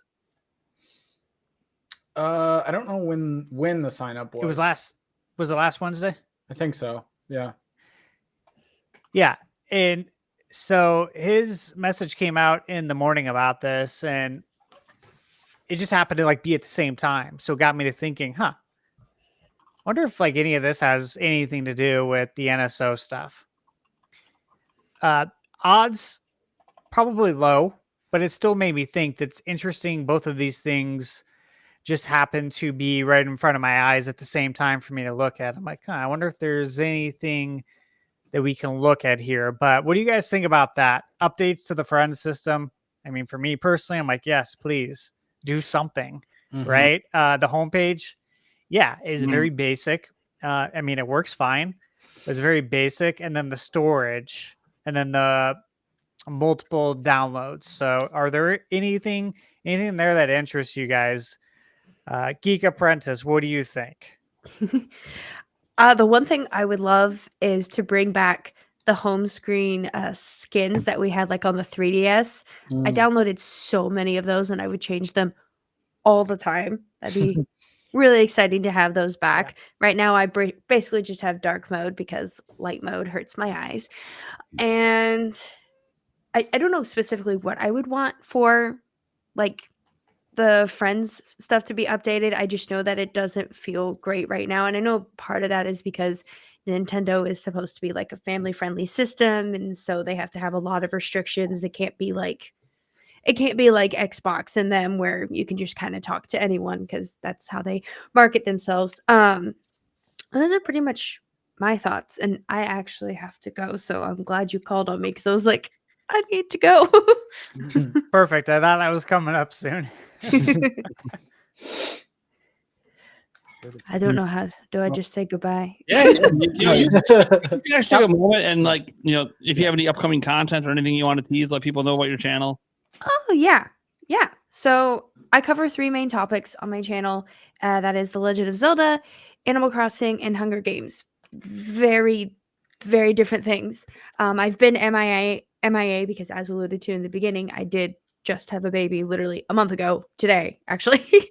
So kind of transitioning with that right now. I also live stream. The thing that I'm working on right now is I'm writing a script for a Hunger Games video that has to do with things that people might not understand about the series or have missed in the movies for the Hunger Games if they didn't read the books or upon first viewing, just because I've seen a lot of like reactors for the Hunger Games just kind of overlook things, not to like poo-poo non-book readers. Like that's not how I roll. I love the books, but it's okay if people don't like the books.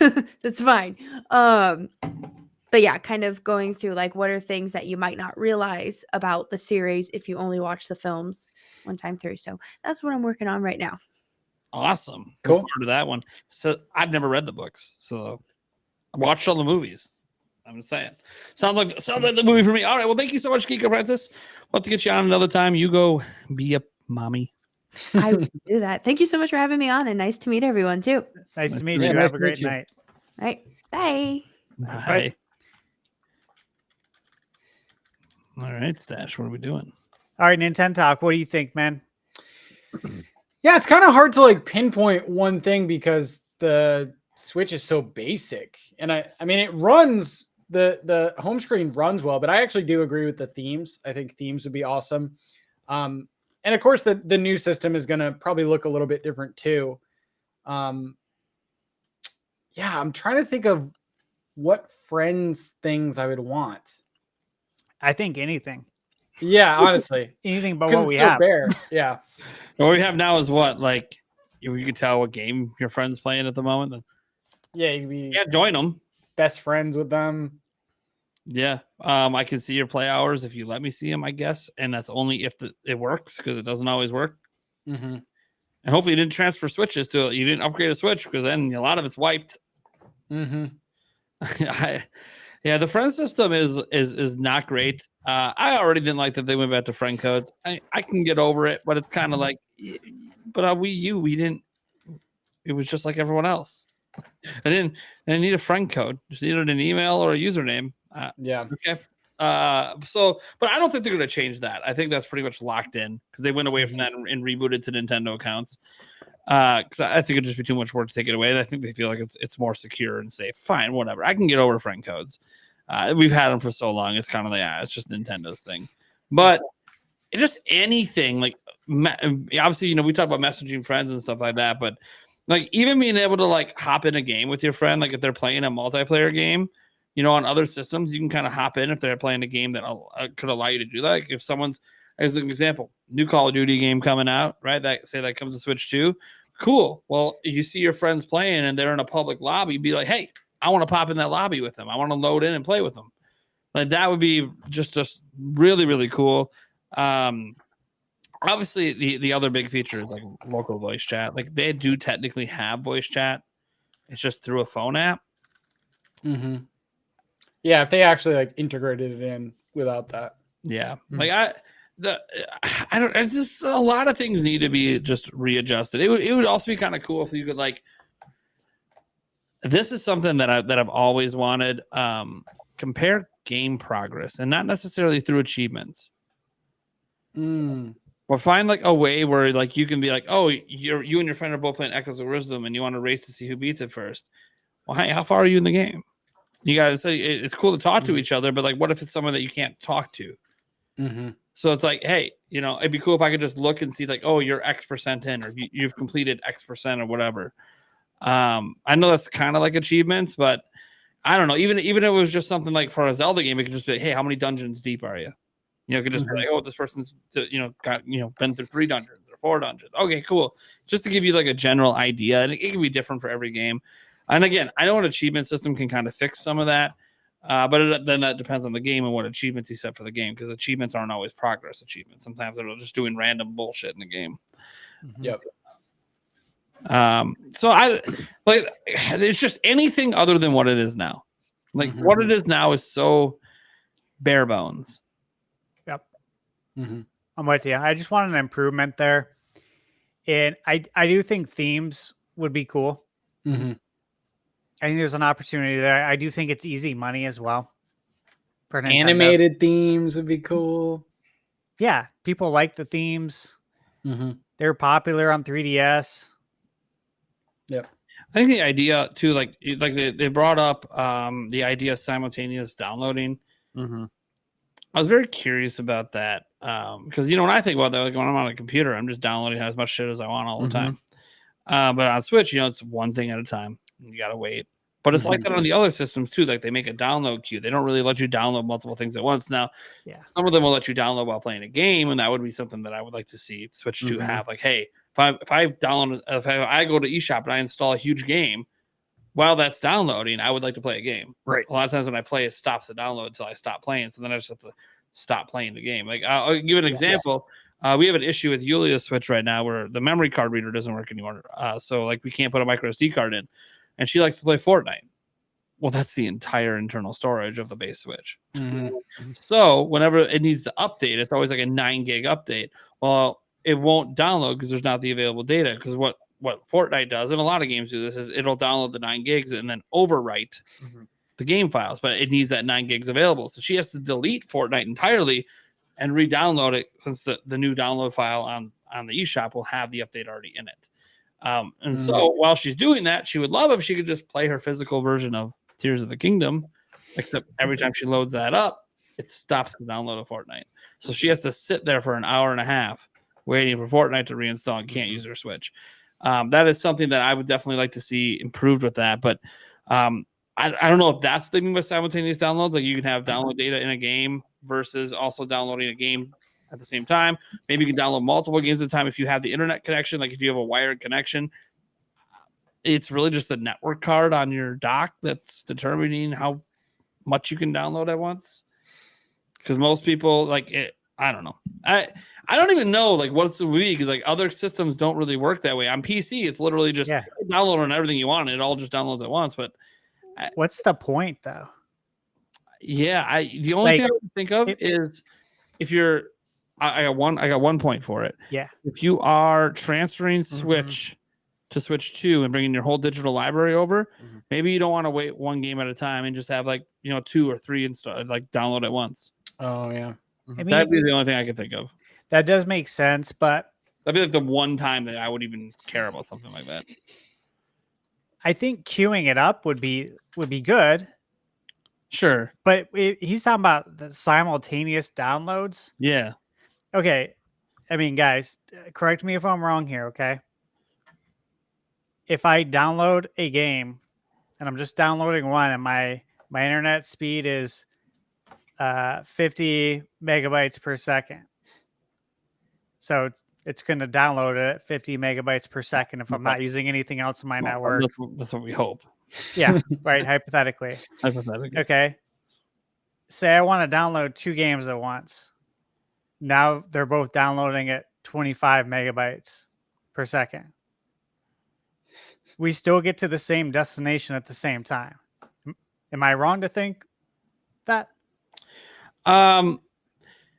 See, that's the thing. It actually greatly depends on a lot of things, your local network and the connection you have, because there are times when, like, I can go on my PC and I can download a file, and it can be, say, 100 gigabytes. It's like a giant video file, and then I download another file and the speeds don't change, because there's a lot of factors in play with the internet speeds. Like, in theory, I'm cutting it in half. That's not really what happens. Because there's so many different factors in play. Sometimes the servers themselves limit the download speeds. I know for a fact Nintendo's servers limit the download speeds. Yeah. And so that could be a thing too. We're like, if they're going to continue to do that, then why not download more at once? Because you're never going to get the full speeds anyways. That's the only thing I can think of. But, like, there's just a lot of factors that involve in the download speeds. I'll give you an example. If you have a fiber connection, that's not how that works. But by the time you even go to click on the next download, the last will be done. Look, at that point, you're definitely not limited by anything other than either you have a really shitty router or, Eric would know, Mr. Fiber. I haven't downloaded anything. Yeah, dude, if you just even go down like a gig file, it's like by the time you even click download, you know how it like refreshes? Before it even refreshes, the file's already downloaded. It's insane. Yeah. I just know that because I got to enjoy fiber at a hotel once, and I'm like, oh my God. I haven't downloaded a Switch game though. So what is this? I literally went to download a trailer or whatever. It was like a really long, like 30-minute trailer from Nintendo, and it was like 4 gigabytes to get the 1080p one. I'm like, oh, cool, let's do it. I'm gonna click this. I'll be back in a few minutes. No, I clicked and it was done. I'm like, okay, if you have fiber, I don't think, simultaneous downloads, I suppose, but I don't know what. Unless the servers, and again, that's what I think is Nintendo servers, I know, do limit the download speeds. So because I did install a game when I was there and it wasn't instant, and I'm like, okay, well, they're limiting the speeds, and that's fine. So I like simultaneous downloads when I'm on a computer because I'm multitasking, but when you're obviously on a console, none of the consoles really let you do that outside of, I said, unless this is just meaning while you're playing a game, you can download a game. Like, okay, that makes sense. Yes, I would like to do that. Because, sometimes you download data for games while you're, like, say you're like playing Fortnite. Yeah, you're downloading data the whole time you're playing. I'd still like to install a game on top of that. You know, Fortnite's not saturating my whole internet connection, but that's the only thing I could think of. Otherwise, you know, that 19.0 stuff, I think is just very interesting. Like if I glance at it, you know, changes to storage. What are we changing there? What's up with that? Yeah. Is this where we're starting to talk about those express micro SD cards that are super fucking fast? I was wondering that too. Like, Hoping. but please, because based on what they're going to be using for their internal memory, based on the shipping data, it's like, well, these Switch cartridges are going to be a little slow, and anything I install on a micro SD card right now going to be pretty slow in comparison. I know it's expensive, but I wouldn't mind having the option. Mm-hmm. If you're a big baller, to put the latest, fastest micro SD cards in there. That would just. By the way, I'm not a big baller. I still don't even have a terabyte micro SD card in my Switch, so I'm definitely not a big baller. But I'm just saying, there might be a part of me that goes, I'm a YouTuber. Business expense? Don't know if I can justify that since I don't stream like games much. But you know, I'm just saying that like, Why? How much are they? They're expensive. The last one time I looked at like a 512 one. God, this was a while back when it first launched. It was something insane, like $300. But I mean, here's the thing: it's new. The prices are going to come down over the course. Like that's my thing. Like I want that support in because by year 5 or 6, those prices are coming down. So it's like, you know, it's just because it's new, and I think only SanDisk, I think, was making it. I don't know. So that's one of the things that that's what I hope that's about. We don't really know. Obviously, the changes to the home. We talked a lot about themes. Yeah. But what about just other changes? Because it kind of sounds like if we're looking at the 19.0.0 update, the presumption here is that they're going to be using the same operating system as Switch. So how could they make it look fresh and different? Because like, you know, this is an iPhone 16 Pro Max, and that's what it looks like on the home screen. And then this is the iPhone 14, and they look exactly the same.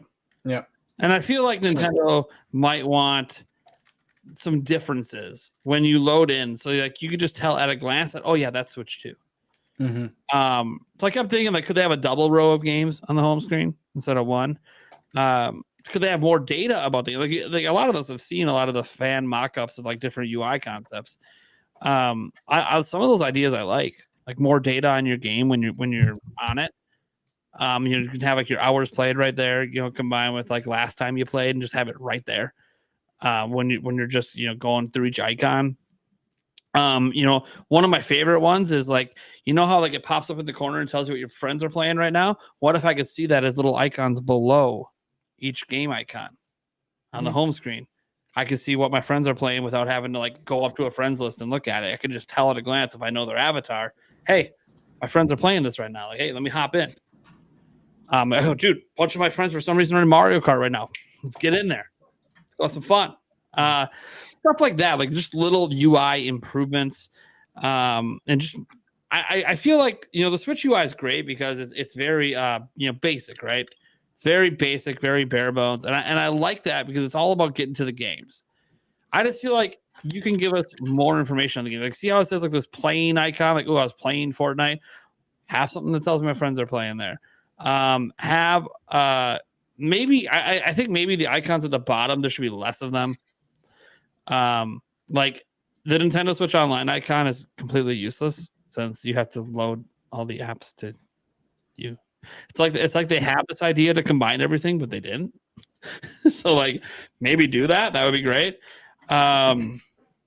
You know, there's just a lot of things they could do. We obviously don't know about like if there's going to be a camera at all. Like if there's a front facing camera, you can obviously then do things like facial recognition, unlock your Switch with having to hit, you know, button 3 times. I just, you know, here's the thing. I don't have like the biggest problem with the Switch home screen, but I would say one thing that I would like them to do is let me custom organize my games. Like it's cool that you have the option that it goes by like latest played, but you know what? Just because out of curiosity, I loaded the hamster game back up for a moment doesn't mean I want that appearing in my first 5 icons. Yeah. I sent a fan mock-up in the Twitter chat, and it looks great. Like, Does it? Yeah, we can take a look at it here. Disregard my message asking you where it's from. oh yeah, I just was like, randomly is this a Googled it. leak? No, I Or just is it a Googled mock-up? Yeah. I mean, it just shows you like the possibilities. Like, Yeah, that is nice. Here, I'll share it here. people in the chat, let us know if you'd rather have this one than the one that we here. have now. Here we go. I mean, that looks so good. Yeah, I mean, I can see how some people might think it's a little cluttered, but I mean, it's easy enough to deal with. And like, you know, I like this. Like, obviously, this has the idea of like achievements there. You know, friends that are, I'm assuming friends that own it or are playing it. You know, news on it.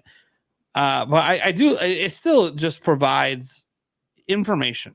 I feel like as a gaming console, it's solely like, I understand why iPhone and Android's like, unless you customize on an Android, you know, that it looks very similar Android to Android, because again, you have a billion apps, right? There's a billion apps on your phone. This is just for games. Yep. It's a gaming system, so we should get information on the games we're playing. So I do, you know, one way I look at this and go, man, there's a lot of icons at the top. The other one, though, man, there's a lot of features up there I like. Clearly, there's a messaging icon. There's a notifications icon. Controller icon for some reason. I don't know. Maybe that's where you change your controllers, I guess. You like the news app. I think the news app is really cool on Switch. I think anyone uses it. No. Yeah. But the news articles appearing next to the games they're about. Now Cool. that is something people might check out. Just like the Wii. People weren't using the news app on the Wii either. Yeah. Also, is that a TiVo icon? What was that TV icon next to the? No idea. We're bringing the TV button back like on Wii U. They went a little crazy. Yeah, they went a little crazy with that design. But it is a nice design though. Like something like that, like just redesigning the home screen in some way that makes it feel different than Switch and more robust and useful. Because again, even just being able to put folders on my home screen would be cool. Like they added folders late in the game. Like I don't know. I feel like there's just more they could do. And I know for some people they might feel like less is more. Then just let us customize it. Let us turn certain features off in the settings. Let it be the way we want. Let it be as cluttered or as clutter-free as we want. Options are optional. Options are optional. Yeah, even Windows with all its crazy stuff still lets you customize things. Like I just feel like some like that's in general. I think I want to see more customization on Switch. Yeah, I think I could agree with that too. Like we got to get more than just black and white. That's just wild to me. That's all we have for the backgrounds. 7 years later. I mean, you can list more colors, or give us a color wheel picker or something. Yeah, at least color. More colors. That's it. I mean, you use your like silver coins for icons. I could see them using that for, I mean, much more for themes, or even the gold premium ones used for themes. Yeah, it's crazy they have this whole coin system with them. Like we can buy icons. Okay. And the My Nintendo rewards, I guess. How about some themes? Like it's right there. It's right there. You've done it before. It's right there. It's just free money. So what else we got besides that 19.0 update, Stash? Yeah, so there's a lot more actually. Another thing, so in the Switch's firmware, there are references to ounce. And this matters because the recent Pokemon Teraleak confirmed that ounce is indeed the code name for Nintendo Switch 2. Woo! Yeah, so this is really interesting. Help everyone. We got a code name. And I have some theories on it. Don't know if they're right, but I think they're interesting. But Nintendo Switch 2, it was also with the Gen 10 Pokemon, obviously codename Gaia, that it's in development for. So that's where it came from. That's how it got confirmed. And again, I forget where this all originated with the ounce, right? But it was a while back, right? Yeah. And, there were some rumors on it a while back. Yeah, and so it's great. I think it's always great when we have a rumor that turns out to be true. Legit. Sometimes months, sometimes a whole calendar year later. It's like, yeah, that was right. That checked out. And so that's always a win for, I think, everyone who follows the rumors as much as we do and everyone in the chat. So that's fun. That's a win for all of us, I think. So I guess the question is two parts. What do we think about the code name, and what features do we think that could add to it? So I'll go first here. And I know it's referred to as ounce, like spelled out ounce. All right. But I also think it can be looked at as the abbreviation, which is OZ. And I know this has probably been thrown around a few times, but I've thought about it a lot. And of course, with OZ, I'm talking about Oz, the Wizard of Oz. And I think it could definitely tie into the idea of the Switch 2 harnessing some magical new technology like DLSS. So just like the Wizard of Oz was all about creating an illusion of something more powerful than it seemed, I think DLSS could work very similarly by making games look sharper and more detailed than the hardware alone could achieve. So if Nintendo's codenaming process was leaning into that, I think it would be a clever nod to how the Switch 2 might create visually stunning games without needing cutting edge hardware like the PS5 or the Xbox Series X. Instead, it relies on NVIDIA's DLSS to work its quote magic, bringing obviously high fidelity gaming to a portable form factor. And I think that like this kind of naming would fit with Nintendo's history of being, creative and almost whimsical references. And that the ounce part of it. So again, this could be a 2-part meaning, OZ and then ounce. Ounce could symbolize like the idea that this little device will be capable of delivering more than you'd thought, just like how the Wizard of Oz was full of surprises. And so the code name could almost act as if that, and then the fact that you get all of this and it's under, what is it? 16 ounces. Yeah. So all of this power, all of this magic under a pound. I literally just weighed my Switch, by the way, and it's like 14 and change ounces. That is, first off, I love this idea so much. Thanks for my video tomorrow. No, I'm just Hey, you got it, man. Go for it. I didn't even think about it in terms of like, I saw people, shorten it to OZ, and it's like, well, yeah, because that's a short form of ounces. But I'm like, as soon as you said it, I'm like, oh, he's going to go to the Wizard of Oz, isn't he? Now, where is he going with this? The magic, the how like he's made out to be this big thing, but he's actually nothing. But it's just he's he pretends like he is, and everyone just thinks he's all powerful. Yeah, because like that is kind of like what everything we've heard about Switch 2 is. Like it's like the little engine that could, like it just punches above its weight. It just keeps doing it. That's what we keep hearing. We haven't seen it, of course. But I do find that to be a really interesting thing to think about. Because like the only thing I was thinking about with ounce was like, because the code names every now and then do have something to do with what Nintendo's doing, and sometimes not. Like NX, it's kind of random. Don't really know what that meant. Just NX, cross, extreme. I guess maybe crossing over handheld, and that's pretty much what most people kind of figured that meant. Nintendo crossing over their okay, maybe, but we don't really know because it's just NX. Revolution made a lot of sense back then, right? They're revolutionizing the way they approach the video game industry. Dolphin, that was kind of the one that I just don't really Echo the Dolphin, but I don't. Yeah, no, I always want to think it's about Echo. I don't really know what the point of Dolphin like that name was, other than hey, it's cool. Nintendo 64's was Project Reality. Yeah, Project Reality made total sense because like total sense back then. Yep. Yeah, this was like the next big thing. It was wild. Yeah. So like that made sense, but I said every now and then there's like those ones like Dolphin where it's kind of like that's a cool name. Don't really know what it really actually implied. And so then I look at ounces and I go, okay, ounces. They had the Nintendo NX that I kind of feel like, okay, yeah, I kind of have to imagine to kind of make it work, but this is a full word. It's ounce. So I think that something related to the system is going to be tangentially related to that word ounce. It won't be they're not going to use ounce. They're not going to call it the Nintendo ounce. But I could see where maybe it's a marketing thing, where something in their marketing for the game, like the We Would Like to Play days, where there's just something about it that just keeps referencing something very similar to an ounce. It's like, as an ounce, we think of measurements and liquids and stuff like that. But also people will sometimes use ounce in other ways. Like, you had an ounce of fun. And I don't really know how they would use that in marketing.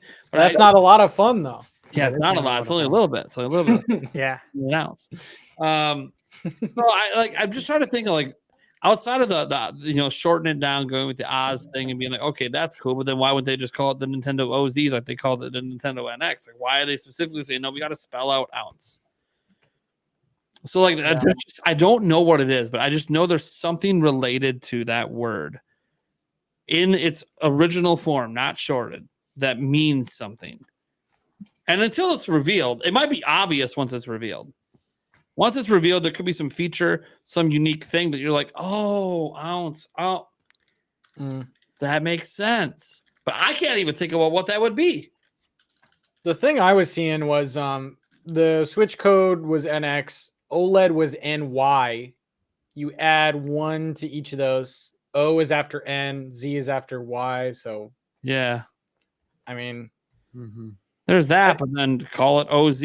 Like they called it NY. Yeah. They're not calling it that. It's in their code, not just for Pokemon Gen 10, but it's in the actual firmware. Like they spell out ounce. So like, why? If all the references are really just OZ related, it's alphabetical or it's Wizard of Oz, then just call it that. Why is it ounce? Like I don't know, Eric. Is there anything up there that like, ounce like just makes you think of anything? Yeah, I just can't. Lighter. Somehow they made it lighter. And a faster. More powerful but lighter system. Less than a pound. The Switch is not all that heavy, but I don't know. I think it could weigh in at the same. But they're saying it weighs the same, but we're giving you like 8 times the performance. Exactly, and it still weighs the same. Now that's fair. I actually like that theory. Yeah. This is the thing. Like when it gets revealed, I think we'll just it'll make sense. Speaking of when it'll be revealed, isn't there something about that? Yeah. So we'll jump into this next part, and again, this is another 2-part thing. So I'll just kind of set it up for the first. Dr. Serkan Toto, and we've all heard his name. I actually looked up today to see what he's a doctor of. Have you guys looked that up? I have no idea what he's a doctor of. I know he's an actor doctor, but economics. Oh, and I think it was might have been psychology. Might have been. He's definitely economics. Doctorates. What's that? So he's got dual doctorates. Yeah, nice. Because I was just genuinely interested. Like, yeah, this guy, his name always comes up. So I want to do a little bit of a deep dive on him. But yeah, he is a legit doctor, by the way. Just not the doctor that you go see when you're sick. Not a medical doctor. Yeah. So he put out another one of his cryptic tweets that he always does about Nintendo. And this time the tweet simply says Switch 2. Nothing else. But there's meaning to this.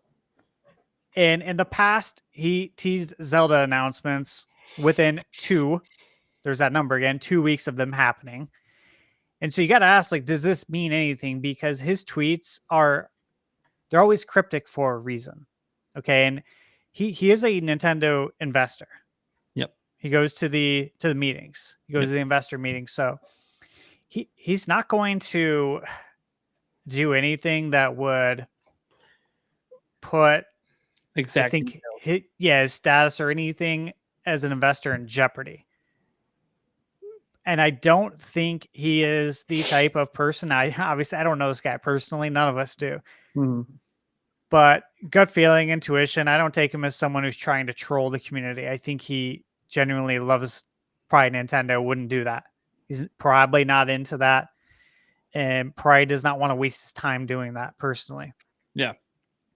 So we have to ask, what does this mean? Well, does it mean Switch 2 is the name? We've heard that rumor. Me personally, I think so, and I'll give my reason why in a little bit. But then, what else does it mean? When is it going to be revealed?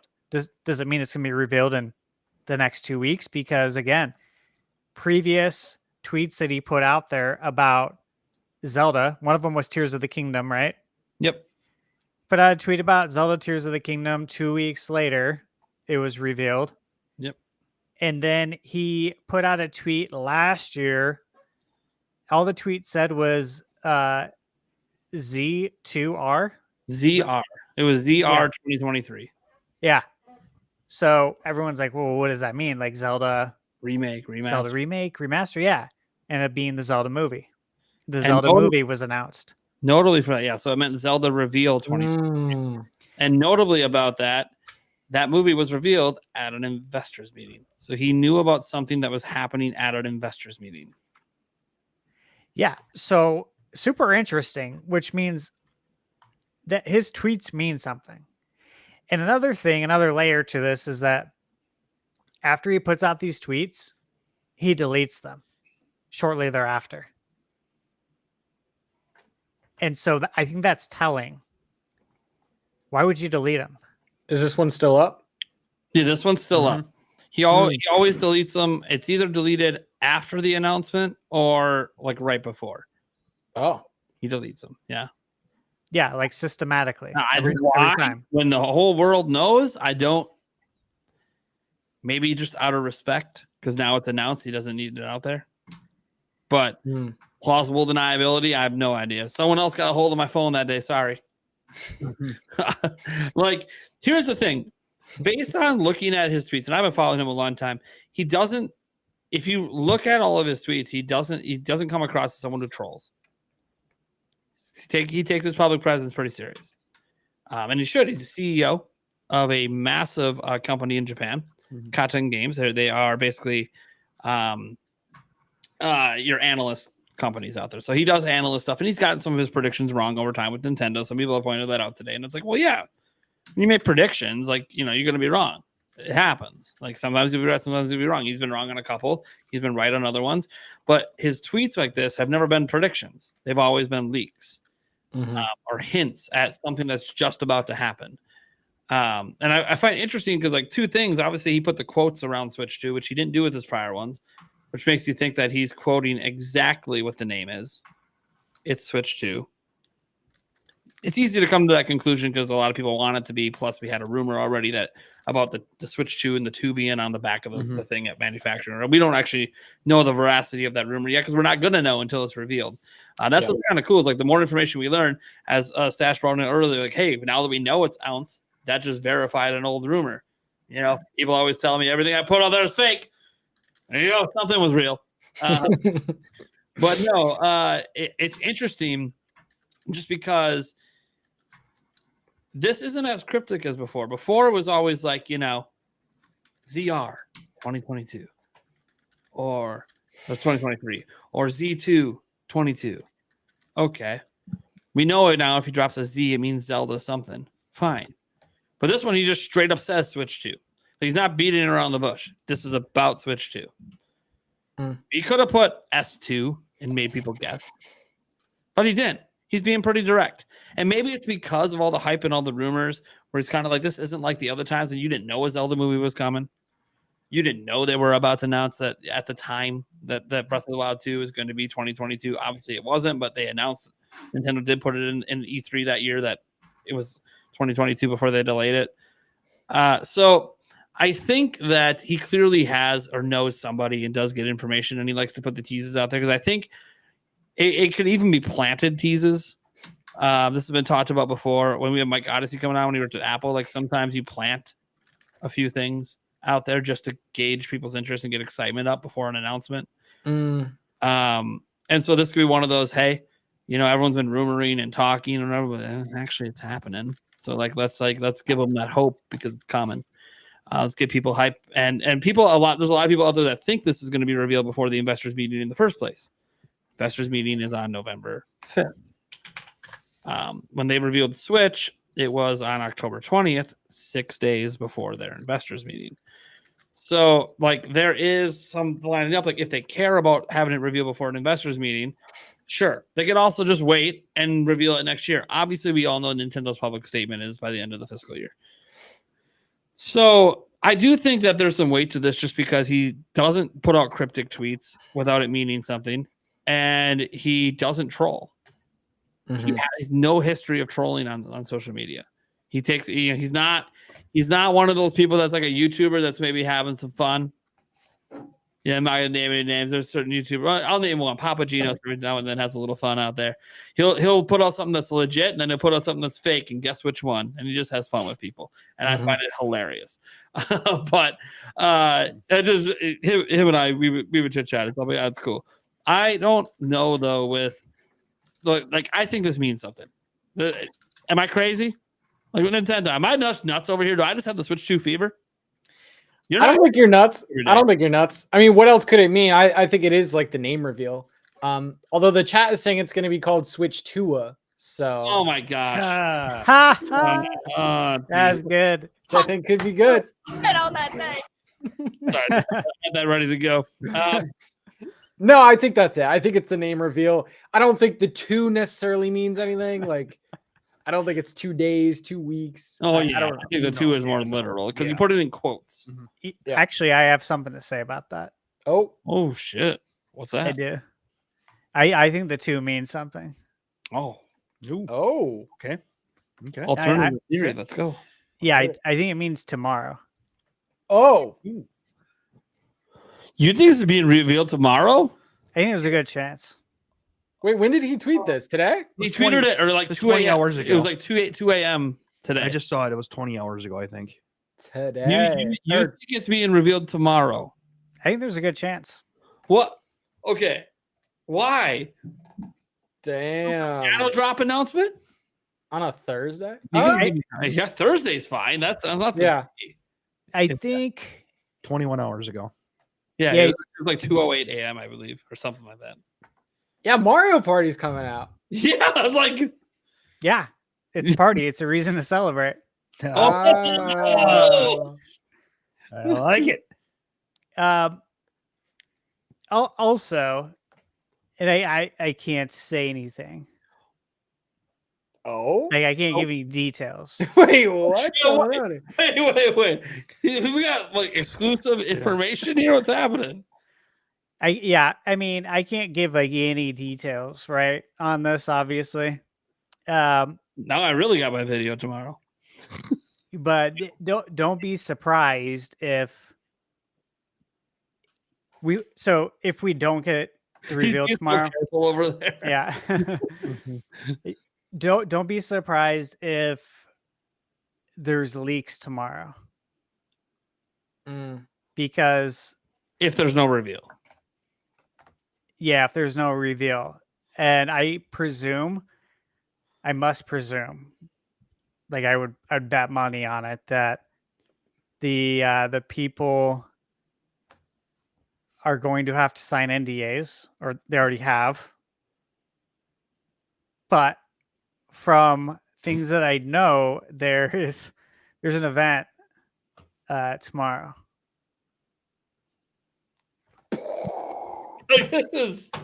Oh boy! So at what, Nintendo New York or what? We have the Andres Restart replacement here because he used to do this cryptic. I know something, but won't tell you something. But then I want to say it, but I can't. Yeah, I'd love to give a little bit more insight, but obviously I can't. I can't, and literally tomorrow. Mm-hmm. So I'm still a new guy on the block when it comes to YouTube and stuff. So yeah, I don't want to do that.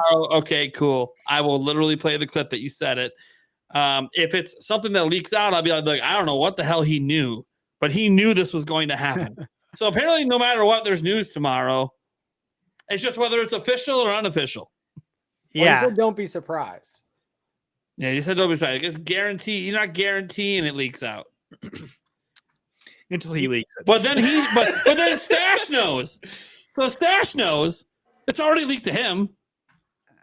Yeah. Yeah, exactly. Whoa! Him. Yeah. I'll give you guys some more details. I mean, I can't put it out on Yeah.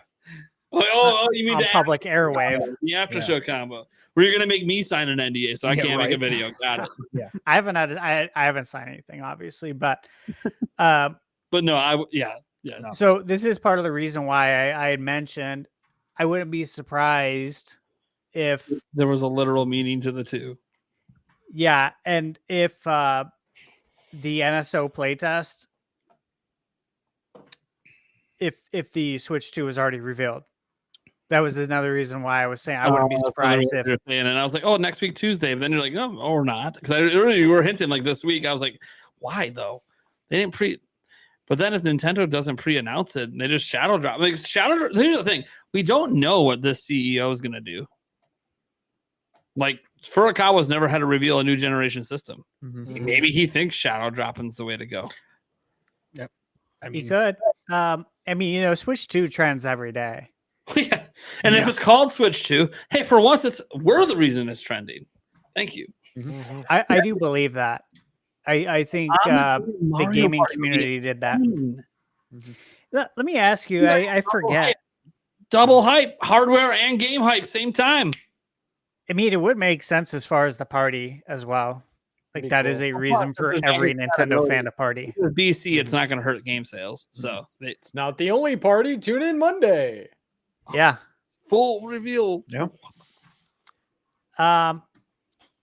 When the Switch was revealed or when it was announced, was there a game that came out? Like a Nintendo game? When the Switch was announced, Like the original Switch? that had to be October of over 2016. 2016 Nintendo. 2016 was not a great year for Nintendo. But they had 3DS. No. You know, they had the last one was Color Splash for Wii U, but that was before then. Monster Hunter Stories came out in October, but that's not published by. No. Oh wait, so Color Splash was published October 7th. That was Wii U. Yep. 2016. Is that the only? This is the Wii U week. So that was the only one for Wii U. I'm trying to see if there was like I couldn't remember if there was a 3DS game. one. So Color Splash was October 7th. But the thing is, they had 3DS. That was their bigger platform. Yep. So I'm trying to see if they had anything around that time. I don't think they had much going on. Yeah, I mean, besides Color Splash, I know that was one, and then Monster Hunter Stories, but that was obviously Capcom. Maybe Nintendo published it. I don't know, but anyways, did you going somewhere with this? Not exactly. Just talking about the two. Yeah, not exactly. Okay. We need to end this show because I didn't know what the hell is going on. Well, the other part of this that we want to talk about is of course the name. Okay. Okay. And so Switch 2, is that going to be the actual name? And I know we've talked about it before. Nate, you talked about it in your video. Yeah. As far as the iterative speak and how people relate to that. Obviously, you mentioned you can compare Apple with the iPhone. Yeah. And everyone gets it. Yep. And again, to me, I think the Switch branding has become quite iconic. I mean, so much so that I would say it might be, but I really think it's going to be the best selling console of all time. Mm-hmm. Sure. How can you abandon that branding? Mm. You know what I mean? Like, it would make sense to continue forward with the Switch. And then also, if you think about it, it's like Nintendo had made the Switch before Switch. In that, they took their portable handheld building, it got rid of it. and they combined it with the console building so they could work together. Like they already knew, it seems like, the direction they were going in for a long time. Obviously long before we knew about it. So it would make sense that you would just continue with Switch, because the plan is never to revert from this point forward. I don't ever see them coming out with a console and a handheld separately again. This is them. Like, this is their identity now. And so you have to continue with Switch. And again, you're going to be the best-selling console of all time. This is a super powerful brand. And when you combine it and when you say, oh, the Switch is Nintendo, that's extremely powerful. So you got to continue with Switch 2. And again, we cannot have another Wii to Wii U situation ever again. That's just bad overall for Nintendo, for its fans, for gaming. We can't have that again. But I think we'll always have that. What do you guys think? I think Switch is the strongest brand they've probably ever had.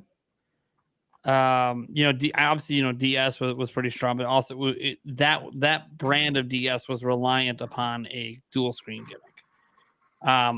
While we can call Switch a gimmick, I don't think people really feel like the idea of docking a system to play on your TV is really gimmicky. I think that's one of the reasons why it took off. And people have been doing it for years with laptops, right? You dock it with a monitor. People have been doing it, with other devices as well, other portable, our phones, right? Sometimes we dock it or we flick things up to the TV. So it's not really, it doesn't feel like a gimmicky idea, and it's a really good name for a system. So I think that it's not just because it's iconic. I think it's also just, it's easily understood and recognizable. So you move forward with that branding for the Switch 2. But also, if they do number it, that to me suggests Nintendo ain't just thinking about the second. They're doing this with the third and the fourth. Like, they feel Switch is the future of the company. Not just and that might make people mad. But I want Nintendo to do crazy, all these things. That's fine. But they're also a business. And if they caught fire with an idea that never gets old with people, why would they let it go? PlayStation never let it go because they keep selling a shitload of them. Why would they move on from what PlayStation is? It keeps working. Xbox ain't working so well for them anymore. So now they might be making a pivot to something else. Nintendo, the whole reason they made the pivot to Wii was because it wasn't working anymore. Going the same direction they were going with the product, it wasn't working. So they made a pivot with Wii. And then they pivoted again with Switch. But Switch is in this unique position where not only will it become like the best-selling console of all time, or if not, it'll be number 2. It's going to be right there. It's going to be neck and neck, I think, with PS2. If you think the Jim Ryan 160 mil number is the number to beat, okay. I don't know that it's guaranteed to pass the 160, but it's going to get close. It's gonna pass, the publicly stated PS2 numbers, and it's going to pass obviously the DS. I don't buy those numbers. Yeah, I don't know if I buy the numbers either, but just throwing out there that the highest number we know that's been stated by anyone who might know is Jim Ryan, who said 160. All right, cool. Got to beat 160. Sure, maybe it falls just short of that, maybe, or not. We'll see. I think remember Nintendo hasn't even done price drops on this thing yet. That's still like an ace up their sleeve once Switch 2 is out, is making this like super cheap. Are they going to keep 3 models going? Probably not. They'll reduce it to 2, but it'll be super cheap. More special editions. Like gotta remember, Legends EA is coming to this thing. They're going to have a Legends EA themed Switch Lite or something like that. It's going to do gangbusters at like $150. Yeah. So like they're still going to sell Switches for a while, even after Switch 2 comes out, at least for a couple of years. And if it's anything like PS2, guys, they're still selling PS2 all the way to 2013. Like think about how long they were selling PS2 for, into that PS3 generation, into the PS4 generation. Like, we gotta, they were selling. So like, as long as there's enough demand, they're not going to stop selling it. That library is not going anywhere. The new additions to NSO that can be played on Switch are still going to be there. They're still going to be getting content and updates for a long time. So Switch, yeah, absolutely. I think could end up passing 160. It might even put a gap, a 5-8 mil gap in there, and give Switch 2 something to aim for. But I do think that it just makes a lot of sense with the brand. I think the brand is one of the strongest brands Nintendo's come up with. And you think about the brand, how synonymous that has been with Nintendo's current surge of movies and Legos and everything. All right, you got a strong brand with your movies, you got a strong brand with Lego, you got a strong brand with your theme parks, you got a strong brand with your consoles. Why stop the gravy train? Yeah. Keep going. I have this weird feel. I don't know. It's like a gut feeling. I don't think it's going to be called Switch 2. I do think Switch is going to be in the name because you have like Game Boy Advance, Wii to Wii U. I think Switch will be in the name, but like it's so un-Nintendo like. It is very un-Nintendo like. I mean, and they are run by a new leader. They have, and he's all business. We always get up here and we fall off a cliff. I don't want to do that. That's my number one goal. Put a 2 on it. Yeah. The smart thing would be to put a 2 on it. On that day. Put a 2 on it. Everyone is trained, to in numbers. You have your iPhone 7, 8, 9. You have your PS3, 4.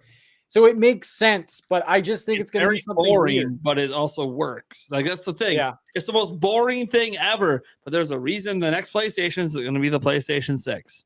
Yeah. Like it works, and everyone who tries to do it different just has Xbox. It doesn't work every time. It doesn't work every time. Like I think back to the Nintendo Attach, which I think is probably the worst case scenario for a name because that literally sounds like an accessory. Yeah, it does. That doesn't sound too crazy from what Nintendo would do. Honestly. No, it doesn't sound crazy for Nintendo. So. Yeah, no, I think a lot of people, and I've even like in the back of my mind ever resigned, like Nintendo's not calling it Switch 2. Like there's just no way. That's just not Nintendo. They wouldn't do that. But then I'm like, well, we do have a new president. He's a numbers guy. Switch 2 is a number. Yeah. It's dumb logic, but it's also like, yeah, but like he's not an idiot. I don't think, by the way, I don't think Iwata and the rest were idiots, but I think like, well, when they made Wii U and when they did 3DS, I don't think they thought when they were doing that Wii was a forever brand and that DS/3DS was like, I don't think they were looking at it as like, this is our brand for our consoles for the next 20 years, next 30 years. And I think that what happened with Switch is, whether it was by accident or purposely, they created a brand that's Nintendo probably looks at, they're going to get a few generations out of this brand.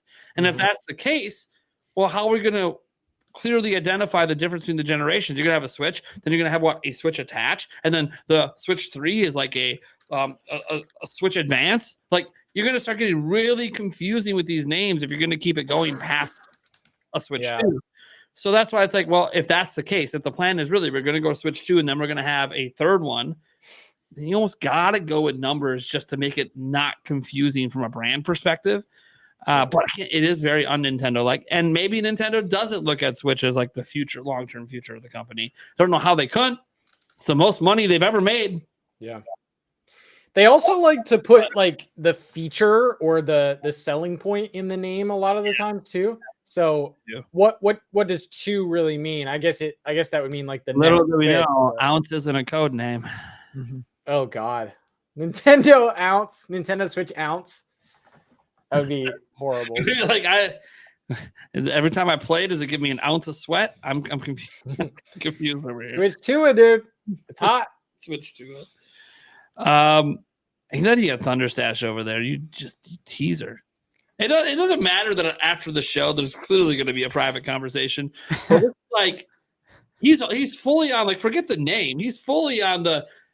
We don't need to be having this name conversation. This shit's revealed in the next week. That's why he's quiet. He knows the launch game tomorrow, if not at least by Tuesday. He's like, I just know this shit's revealed in the next week. And if it's not revealed in the next week, then there's going to be a massive major leak happening. Either way, Ghostbusters 2. See, that's why he wore the Ghostbusters 2. He's always got a reason behind the shirts. Mine was just, hey, the Noid's awesome, and I happen to grab the laundry bin. But yeah, like, look, I do think that this whole thing, like whether it's called Switch 2 or not, I don't know. Obviously, for me, I love it. I'm like #1 in Switch 2 results on YouTube. That'd be baller. So I'd be like Nintendo's video than me. I'll take that. I like that. I think that sounds good. That sounds good for my career. But setting that selfish reason aside, why it'd be cool if it was Switch 2. No, I do like, I don't know what the name is and if that's going to be the name, but what I will say is I do think that this was a tease by Sir Toto. I do think that something's happening in the next couple of weeks. If it's not next week, I guess my theory that they wouldn't do it on Halloween. Okay, yeah, but there's other days in the week. And maybe they just don't care about Halloween. I don't know. It feels crazy to me to think about a reveal tomorrow just because really the same day like their best-selling game of the year is coming out. But then again, would it boost sales because it's backwards compatible and now everyone knows like, hey, we should buy this because we can play this on Switch 2? And what if they tease a Switch 2 exclusive mode or something? Like they got 20-player mode on Switch, we got 40-player mode on Switch 2. Oh, well, shit. I could buy my first Switch 2 game right now. Well, shit. That's a selling point. So 40 Battle Royale. I'm not saying they're going to do that, but obviously Stash is pretty confident for his own reasons and sources of stuff that cannot divulge, which by the way, if nothing happens tomorrow, this is still totally a video. Thanks, Stash. Why does this happen on this show every time? Paul Gale was on before and he dived a bunch of details. Oh, there's a video. I just restart comes out. Oh, I haven't made a video on this yet, but and he goes, I'm like, dude, what are you doing? Make the video because I have to make it. You put the information out there. I have to make it. Happen on my show. No. So I do think it's a tease, though. I do think the next couple of weeks make sense. I already put out a video that people got mad at me about, saying like, oh, well, my last stand for 2024 is by November 5th at the latest because that's investors meeting. And people were like, yeah, you're just saying. I'm like, no, yeah, I speculate every month. Sure. Like, who doesn't? We've been wanting this thing revealed for years. This isn't a new desire. It's just now Nintendo put a clock on it. March 31st is the latest. So like, we have a clock, and the clock is ticking down. It's not this month. There's only 5 left. Less than half a year. Technically less than half a year right now. So, but yeah, I don't think Dr. Circontoto messes around with his cryptic stuff on Twitter. I think it always has meaning behind it. I think he's absolutely going to be deleting this tweet maybe tomorrow if Stash is correct. Well, at that point, he would have deleted it now. Why? It depends. He might wait till after it's revealed. True. And then delete. Yeah. Well, I didn't know anything. Delete. Yeah, right. Okay. Switch to tomorrow is what he meant. Switch to tomorrow. Let's get to 2 a.m. tomorrow. I don't think they'll do it at 2 a.m. If they're going to do a reveal, it'll be probably early morning, so it hits in all the time zones at the right. That's why if you guys are wondering why directs are at the time they are, it's because it hits in a good time for every time zone. That's why they do it in the morning. That's right. All right, man. Eric, what are you thinking with the Switch 2? It just needs to. Nintendo just needs to get off its ass and just announce it, because I just want to know what it is. I need a new Switch, and yeah, I'm ready for it. My body is Reggie. Your body is Reggie. All right. Let's go ahead. Does anyone else have anything they want to add to this? Because like right now, I'm just like, I got to zoom to the post show that you guys aren't part of. Like, right? I'm ready to zoom the hell out of here. But we have still the Q&A coming up. Yeah. Anyone else have anything they want to add? Release date frenzy. Oh, this is release date. This is reveal. Nintendo talk. I mean, do you think the reveals happen in the next couple of weeks? Definitely before the investor meeting. Definitely. I think definitely. I think this month for sure, 100%. So when we're all wrong and nothing is said and it's More revealed, and it's revealed March 31st. Listen, if I'm wrong, Nate will eat a hot chip in my honor. Okay. That's a good deal. Do we agree on that? Yes, I think. I'll do 2 at once. Fine. Eric will do 2. Nate will Fine. snort 1. No, not snorting. No, I will eat one. I will not snort one. I will eat one more time because Nintendo Talk became a co-host after the show. I had to do it, so I'll give them the one bet. So what happens? Okay, so the bet is what? Like if it's not revealed, I do it. Not revealed this month. Okay, so there's no benefit to me if it is revealed. I know it's a win for me. Win for you. So You don't have to eat hot chip. Isn't that a benefit enough? Is that benefit enough? Fine. Done deal. Locking it in. Ooh, okay. I will dip my hot chip into my habanero. That's less spicy. It's less spicy than the chip. Add it in. It's another chip coming for you guys. Yeah. I got you. That's only if there's still a bite left that I can make you dip it into bomb. Oh, all right. Even though the bomb's technically less spicy than the chip too, but yeah, it's just gross. yeah, I didn't tell you which the bomb. Did you know there's 2 hotter sauces than Beyond Insanity? And And he is the spice lord. He is the spice. I gotta find the hottest fucking hot sauce I can find. God damn it! Even then, he was like, and who cares? So would this be an overnight thing or like 9 a.m.?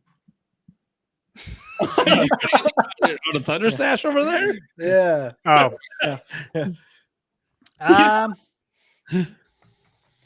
Someone's about to break through his house right now. Oh yeah! The ninjas are just waiting. Yeah, right? as far as if it were to leak out, we're talking American time zone, like U.S. times, and we're not talking about Yeah. So if it's a leak, Japan. so basically this whatever this is something happening in the U.S. Got it.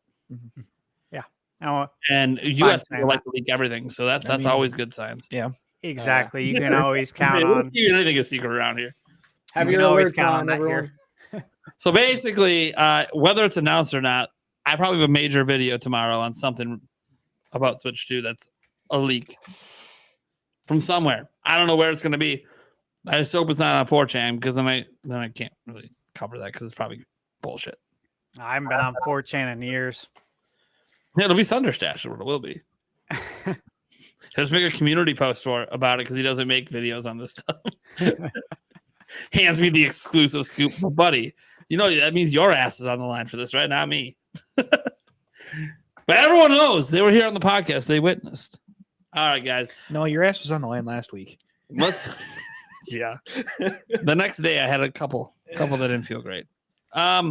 Let's go ahead and get to the Q&A part. Remember, guys, if you're watching the live version of the show on YouTube, I don't really care whose YouTube you're watching it on. You can super chat in and get your questions in. Our first one came from Shalaris Blackheart for $10. Said, I know it's not a Nintendo title, but are any of you grabbing the Sonic remaster next week with Sega having confirmed that Shadow's portion is a brand new experience, like what 3D World did in 2021? Bowser's Fury. You guys picking it up? Sonic? Was it Sonic X Shadow Generations? I am. Yeah. I'm debating though. Actually, maybe they can answer this for us. So I Googled it. There's the digital deluxe version that includes apparently a much expanded soundtrack. And I love Sonic music from some of the games, like especially Sonic Adventure. There's some banger tracks in Sonic Adventure. And so I'm like thinking, okay, well, I want to buy it physically. I don't want the digital deluxe version, but I would gladly buy the digital deluxe add-on. And so the debate on the internet, nobody knows if it's coming, like if you can buy that separately. People on Reddit reached out to Sega and posted Sega's reply, and Sega couldn't answer the question. Now, obviously, I mean, why would you not sell it? That would be foolish. Why would you, paywall it behind a digital deluxe version that's $10 more when you can sell it for $10, right?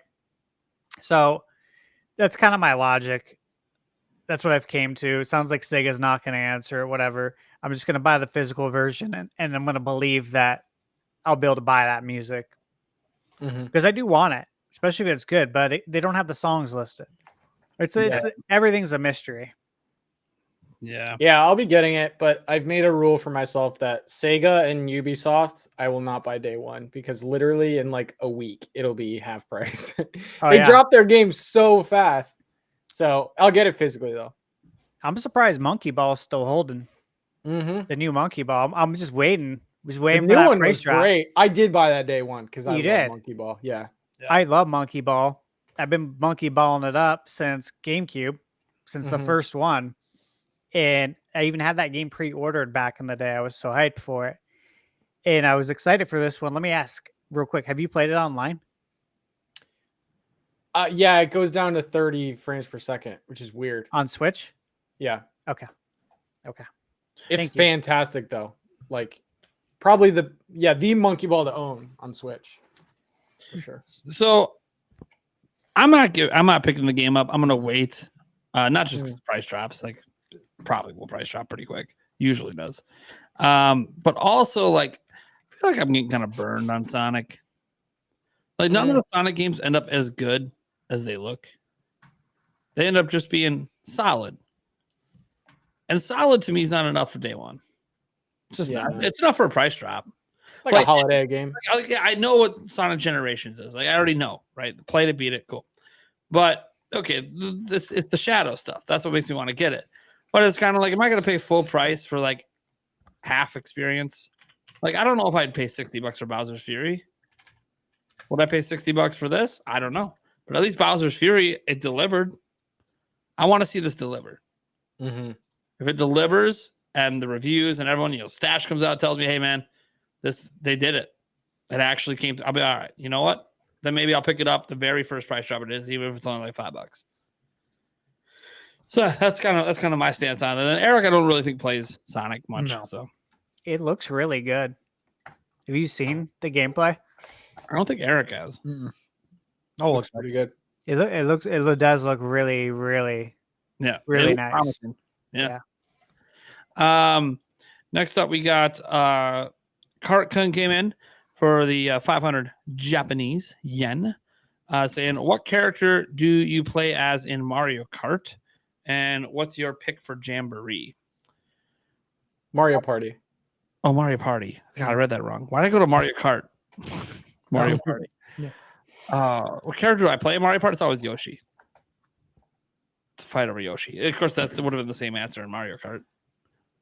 I think mine's DK. DK. Mm-hmm. And for Jamboree, the Jamboree's got a huge roster. Look up the Jamboree. Yeah, DK is always my second pick. Wario's my first Wario, pick. yeah. Yep. As I say, it's Wario for you. Mm. So it's kind of interesting. Jamboree. Well, this is kind of a spoiler. Not really, but the two unlockable characters are Ninji. Yep, and Pauline. Yeah. And the way to unlock them is very strange. I don't know why. Is it? Yeah, I haven't looked it up yet. Yeah.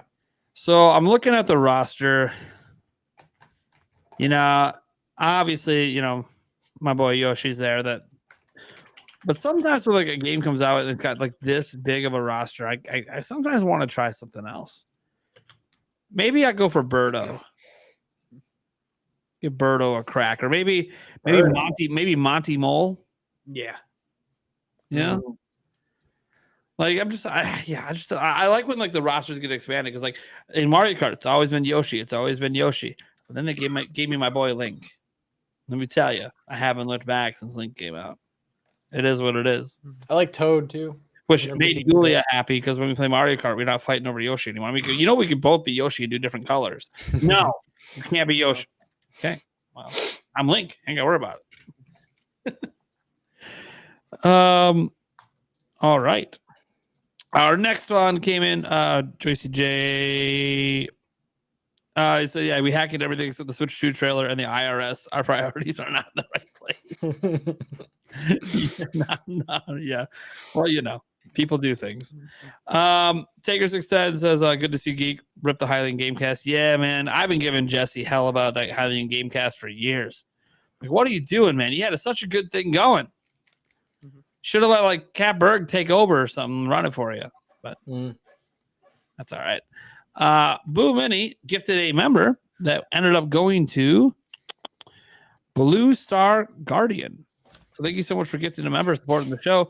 Boo Mini then came back with a $5 thing. It says Ounce, OZ, Ruby Slippers, Ruby playing as Epona in the Zelda movie because she's got obvious connections. Nintendo Ruby and Nintendo Ruby Lite.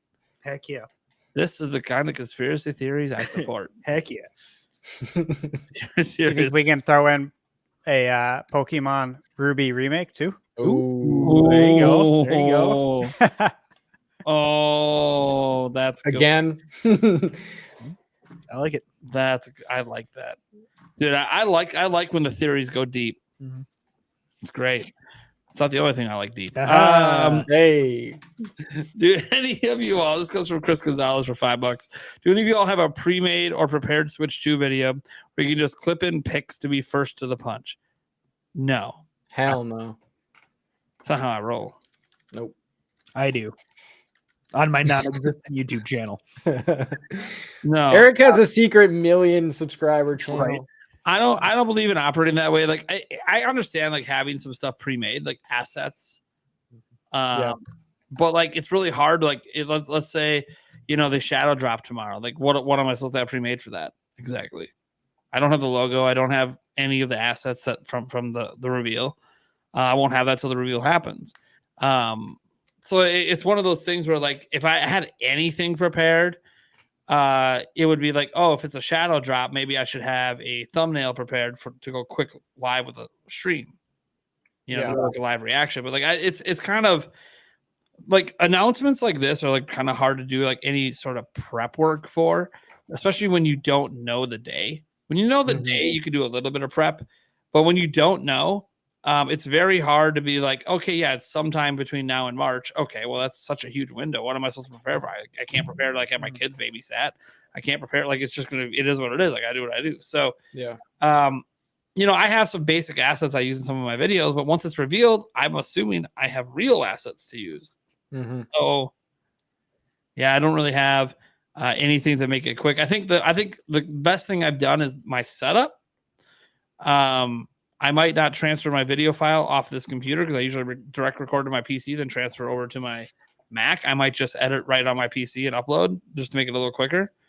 But I have a setup where it's just direct cord. I turn the camera on. I hit a couple buttons on my Stream Deck. I could show things. I could bounce back and forth and make it very minimal editing to get something out quick. That's maybe like the biggest workflow improvement I've had to get on announcements quick. But the biggest thing is just me noticing it happened. If I'm not in my office working, I'm not checking my phone all the time looking for stuff. So like it literally, if they drop the announcement and I'm laying in bed, I won't even know. You're not like a Game Explain anyway, where you have to be first. Yeah, I like to be if I can, but usually I'm not. Yeah.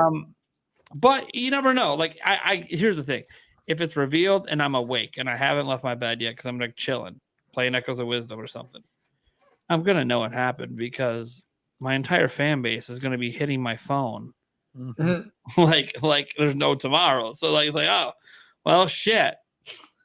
I guess we gotta go live. I don't know, something's happening. Yeah. I haven't showered yet. It's okay. You get dirty Sanchez 8 over here. I don't actually have it. I don't think this is something you can really prepare for, other than like mentally. No makeup Nate making videos. No makeup Nate. Right. That's right. You're gonna get the old gray beard over here. Chris Gonzalez identified us. I've always wondered this. Are you a full-time content creator, Stash? And if so, what was your prior profession? Oh, yeah. So I'm doing it full-time now. Prior to this, I was the director of operations at Loan Depot Mortgage Company. We're the second largest lender in the United States. I worked there for about 8 years. And then prior to that, was in the restaurant business. I worked for the same company. So anyone who lives out in California, Islands Restaurants. In fact, they were just in an episode of Cobra Kai, which I was really proud of. Yes, I was like, oh, that's awesome. But yeah, I was there for 10 years and was a traveling manager.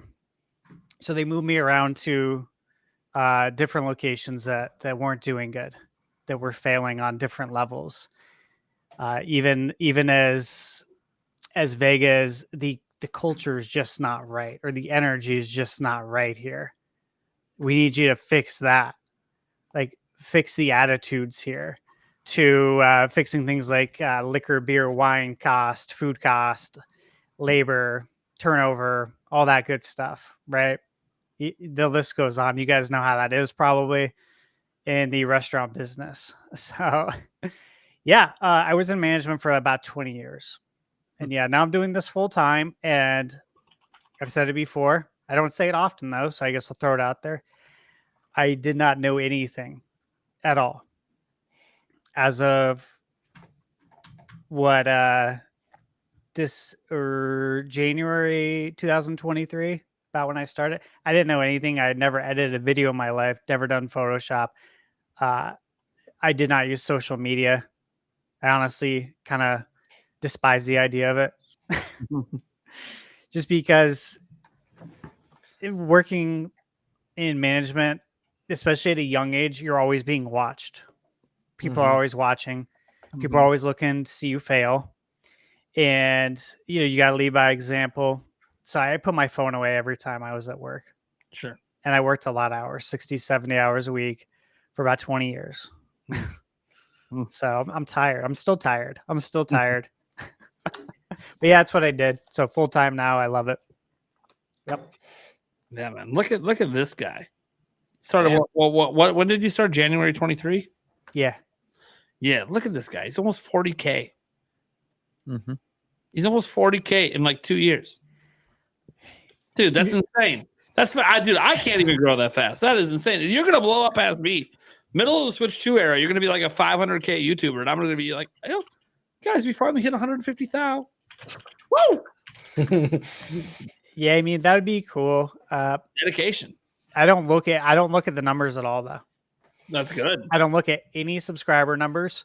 I swear to God, every time I go to my homepage, like if you see my hand, I close one eye and I go like this every time. You don't see your sub count? Yeah. Yeah. My girlfriend will try to tell me. I'm like, I don't want to know. I don't want to know. I need to work like I have under 1,000. Well, sorry for telling you. No, it's fine because that happens. And so it actually comes as a nice surprise. And I'm like, okay, cool. So I know ballpark where I'm at, but yeah, I don't look at anything. I just don't. So we're all full time. Yeah. Besides Eric. I mean, Yeah. He's a full-time friend. Yeah. Yeah, we're all full-time. That's pretty crazy. I wasn't even full-time until November of 22. So shortly before Stash, did it. He went from ground zero. So it's pretty crazy. And now we're on a pod together, baby. I know, it's awesome. Every week, Wednesdays, 8 p.m. Central Time, for as ever long as it takes us to get through all the bullshit we need to talk about every single week. The big Nintendo news stories. We're going to go ahead and wrap the show up there. I don't see any other super chatted in questions, so I think we're good. Thank you so much, Chris Gonzalez, for your questions. I do appreciate it, and the show appreciates your support. Let's go around the room, let people know what we got going on, where they can find us, and I'll end by letting people know where they can get the audio version and all that. Eric, we'll start with you, Mr. Milwaukee. I'm here. That's it. That's it. That's all he's got for you. Nintendo. I will be here every Wednesday. But yeah, you can find me at Nintendo pretty much everywhere. I will be playing Super Mario Party Jamboree tomorrow on stream. And then Saturday, I'm going to be playing it with people online. I'll be streaming that too. So should be good. I'm excited. I'm a huge Mario Party fan. It looks amazing. So, and I will be getting the physical at Target because they have a tin bucket thing pre-order. So the tin bucket. Yeah. That's awesome. That's the best one. Yeah, I may be streaming Mario Party tomorrow. Look, Nintendo, I reached out. They say put me on a list. Hopefully that list is an email tomorrow with a download code. That'd be great. You might go, well, Nate, just buy it. Look, I get paid once a month, and I need tomorrow. I'm just throwing that out there. The life of a YouTuber. The paycheck's once a month. All right. That being said, Thunderstash. Yeah, you guys know where you can find me. Thunderstash Gaming, and I just posted earlier today a review for a game called Pumpkin Jack. Have you guys heard of this game? Mm-hmm.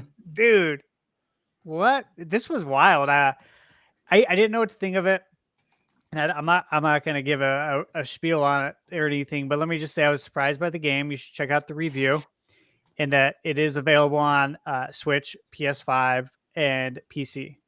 And I don't know if it is on Xbox, but did you get the limited run of it? It just came out. I did. I pre-ordered it. Nice.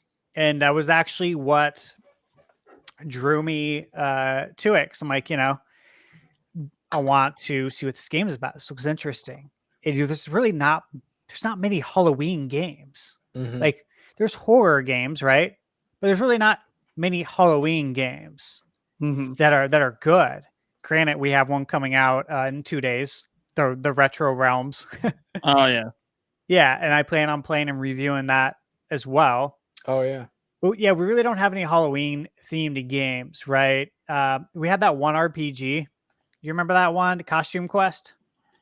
Mm-hmm. That was like a Halloween themed RPG, but we just really don't have any. And so this game was very intriguing to me. So I went to go do some research online on the game, and there was only a couple of reviews, and nobody really. They're all very surface. So I'm like, I need to play this game and review it. So that's why I ended up reviewing this game, going in blind, really not knowing anything about it. So yeah, you guys check that out if you're interested. And then I have a retro review coming on Saturday morning. It's already scheduled. Upload it, scheduled. And then I am jumping into Silent Hill 2 right after this. Nice. Yeah, I'm excited because again, it's been I think I looked at it, was 21 years. 21 years since I played it. I played it when it came out. The original is great, and I've heard good things about this version. So yeah, and I got to play that before Metaphor Refantasio, the 80. I was going to ask if you were going to play that one because that's a beast of a game. I am. It's already installed. The list is so long for the games to play. My hope is that I can get through all of the ones by like December or January, because as you guys know, like it slows down in December. Yeah, there's like a lull. Yeah, like December is in Indiana Jones, and then Fantasian Neo Dimension, which I am hyped about that game. That's the one by the father of Final Fantasy. Yeah. The one that came out on Apple Arcade. So hyped about that. But after that, it's pretty slow. January is usually slow, so I can make up time there. But yeah, dude, it's gonna be nuts. And I am picking up Mario Party tomorrow at Best Buy. Picking up my pre-order.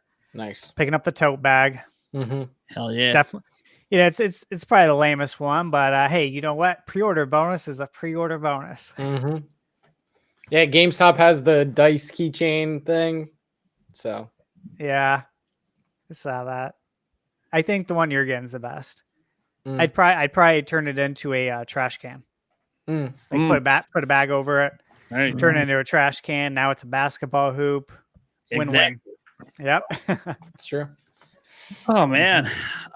So look, I obviously don't know. I'm a news channel. I don't know what the hell I'm covering tomorrow. Oh wait, apparently a either announcement or leak about Nintendo tomorrow, supposedly. And if neither of those things happen, a video on Thunderstash telling me those things were gonna happen. But no, I had no idea what I'm gonna cover tomorrow if it's not one of those things. That being said, I'm Nintendo Prime. You guys know where Nintendo Prime's at. If you don't and you're new to the show, I'm a YouTuber. I cover Nintendo news, leaks, rumors, etc. We do weekly Q&A streams. Like I'll have a Q&A stream tomorrow night. If not Mario Party, the hope is Mario Party, but we'll see. It might be a combo stream. I have no idea. That being said, I want to let you guys know the audio version of the Nintenbyte Podcast is available everywhere the audio versions can be heard. Spotify, Apple Podcasts. I was about to say Google, but they got rid of it. But it's everywhere. It's on iHeartRadio stuff as well. We're all over the place. You can listen to us pretty much anywhere you want. I even think through iHeartRadio, if you wanted, once in a while there's a radio station on XM Radio that plays our shows. Once in a while. It's not a contract I have. It's just something that iHeartRadio does with someone they're contracted with, where they play people's podcasts randomly. So it's every now, and I only know this because I was listening to it one day. I was just flipping through XM Radio. I'm like, hey, why am I talking on XM Radio? Oh shit, podcast episode. It's cool. What is up with that? That is wild. Anyway, so we're literally everywhere the podcasts are heard. The audio version's growing, the video version's growing. I want to thank you guys so much for tuning in and making this show one of the top Nintendo podcasts in the world. It is amazing and awesome. Hopefully you guys enjoyed the edition of Nintendo Talk this week and every week. Hell yeah. We'll catch you guys in the next episode next week, episode 26. Later.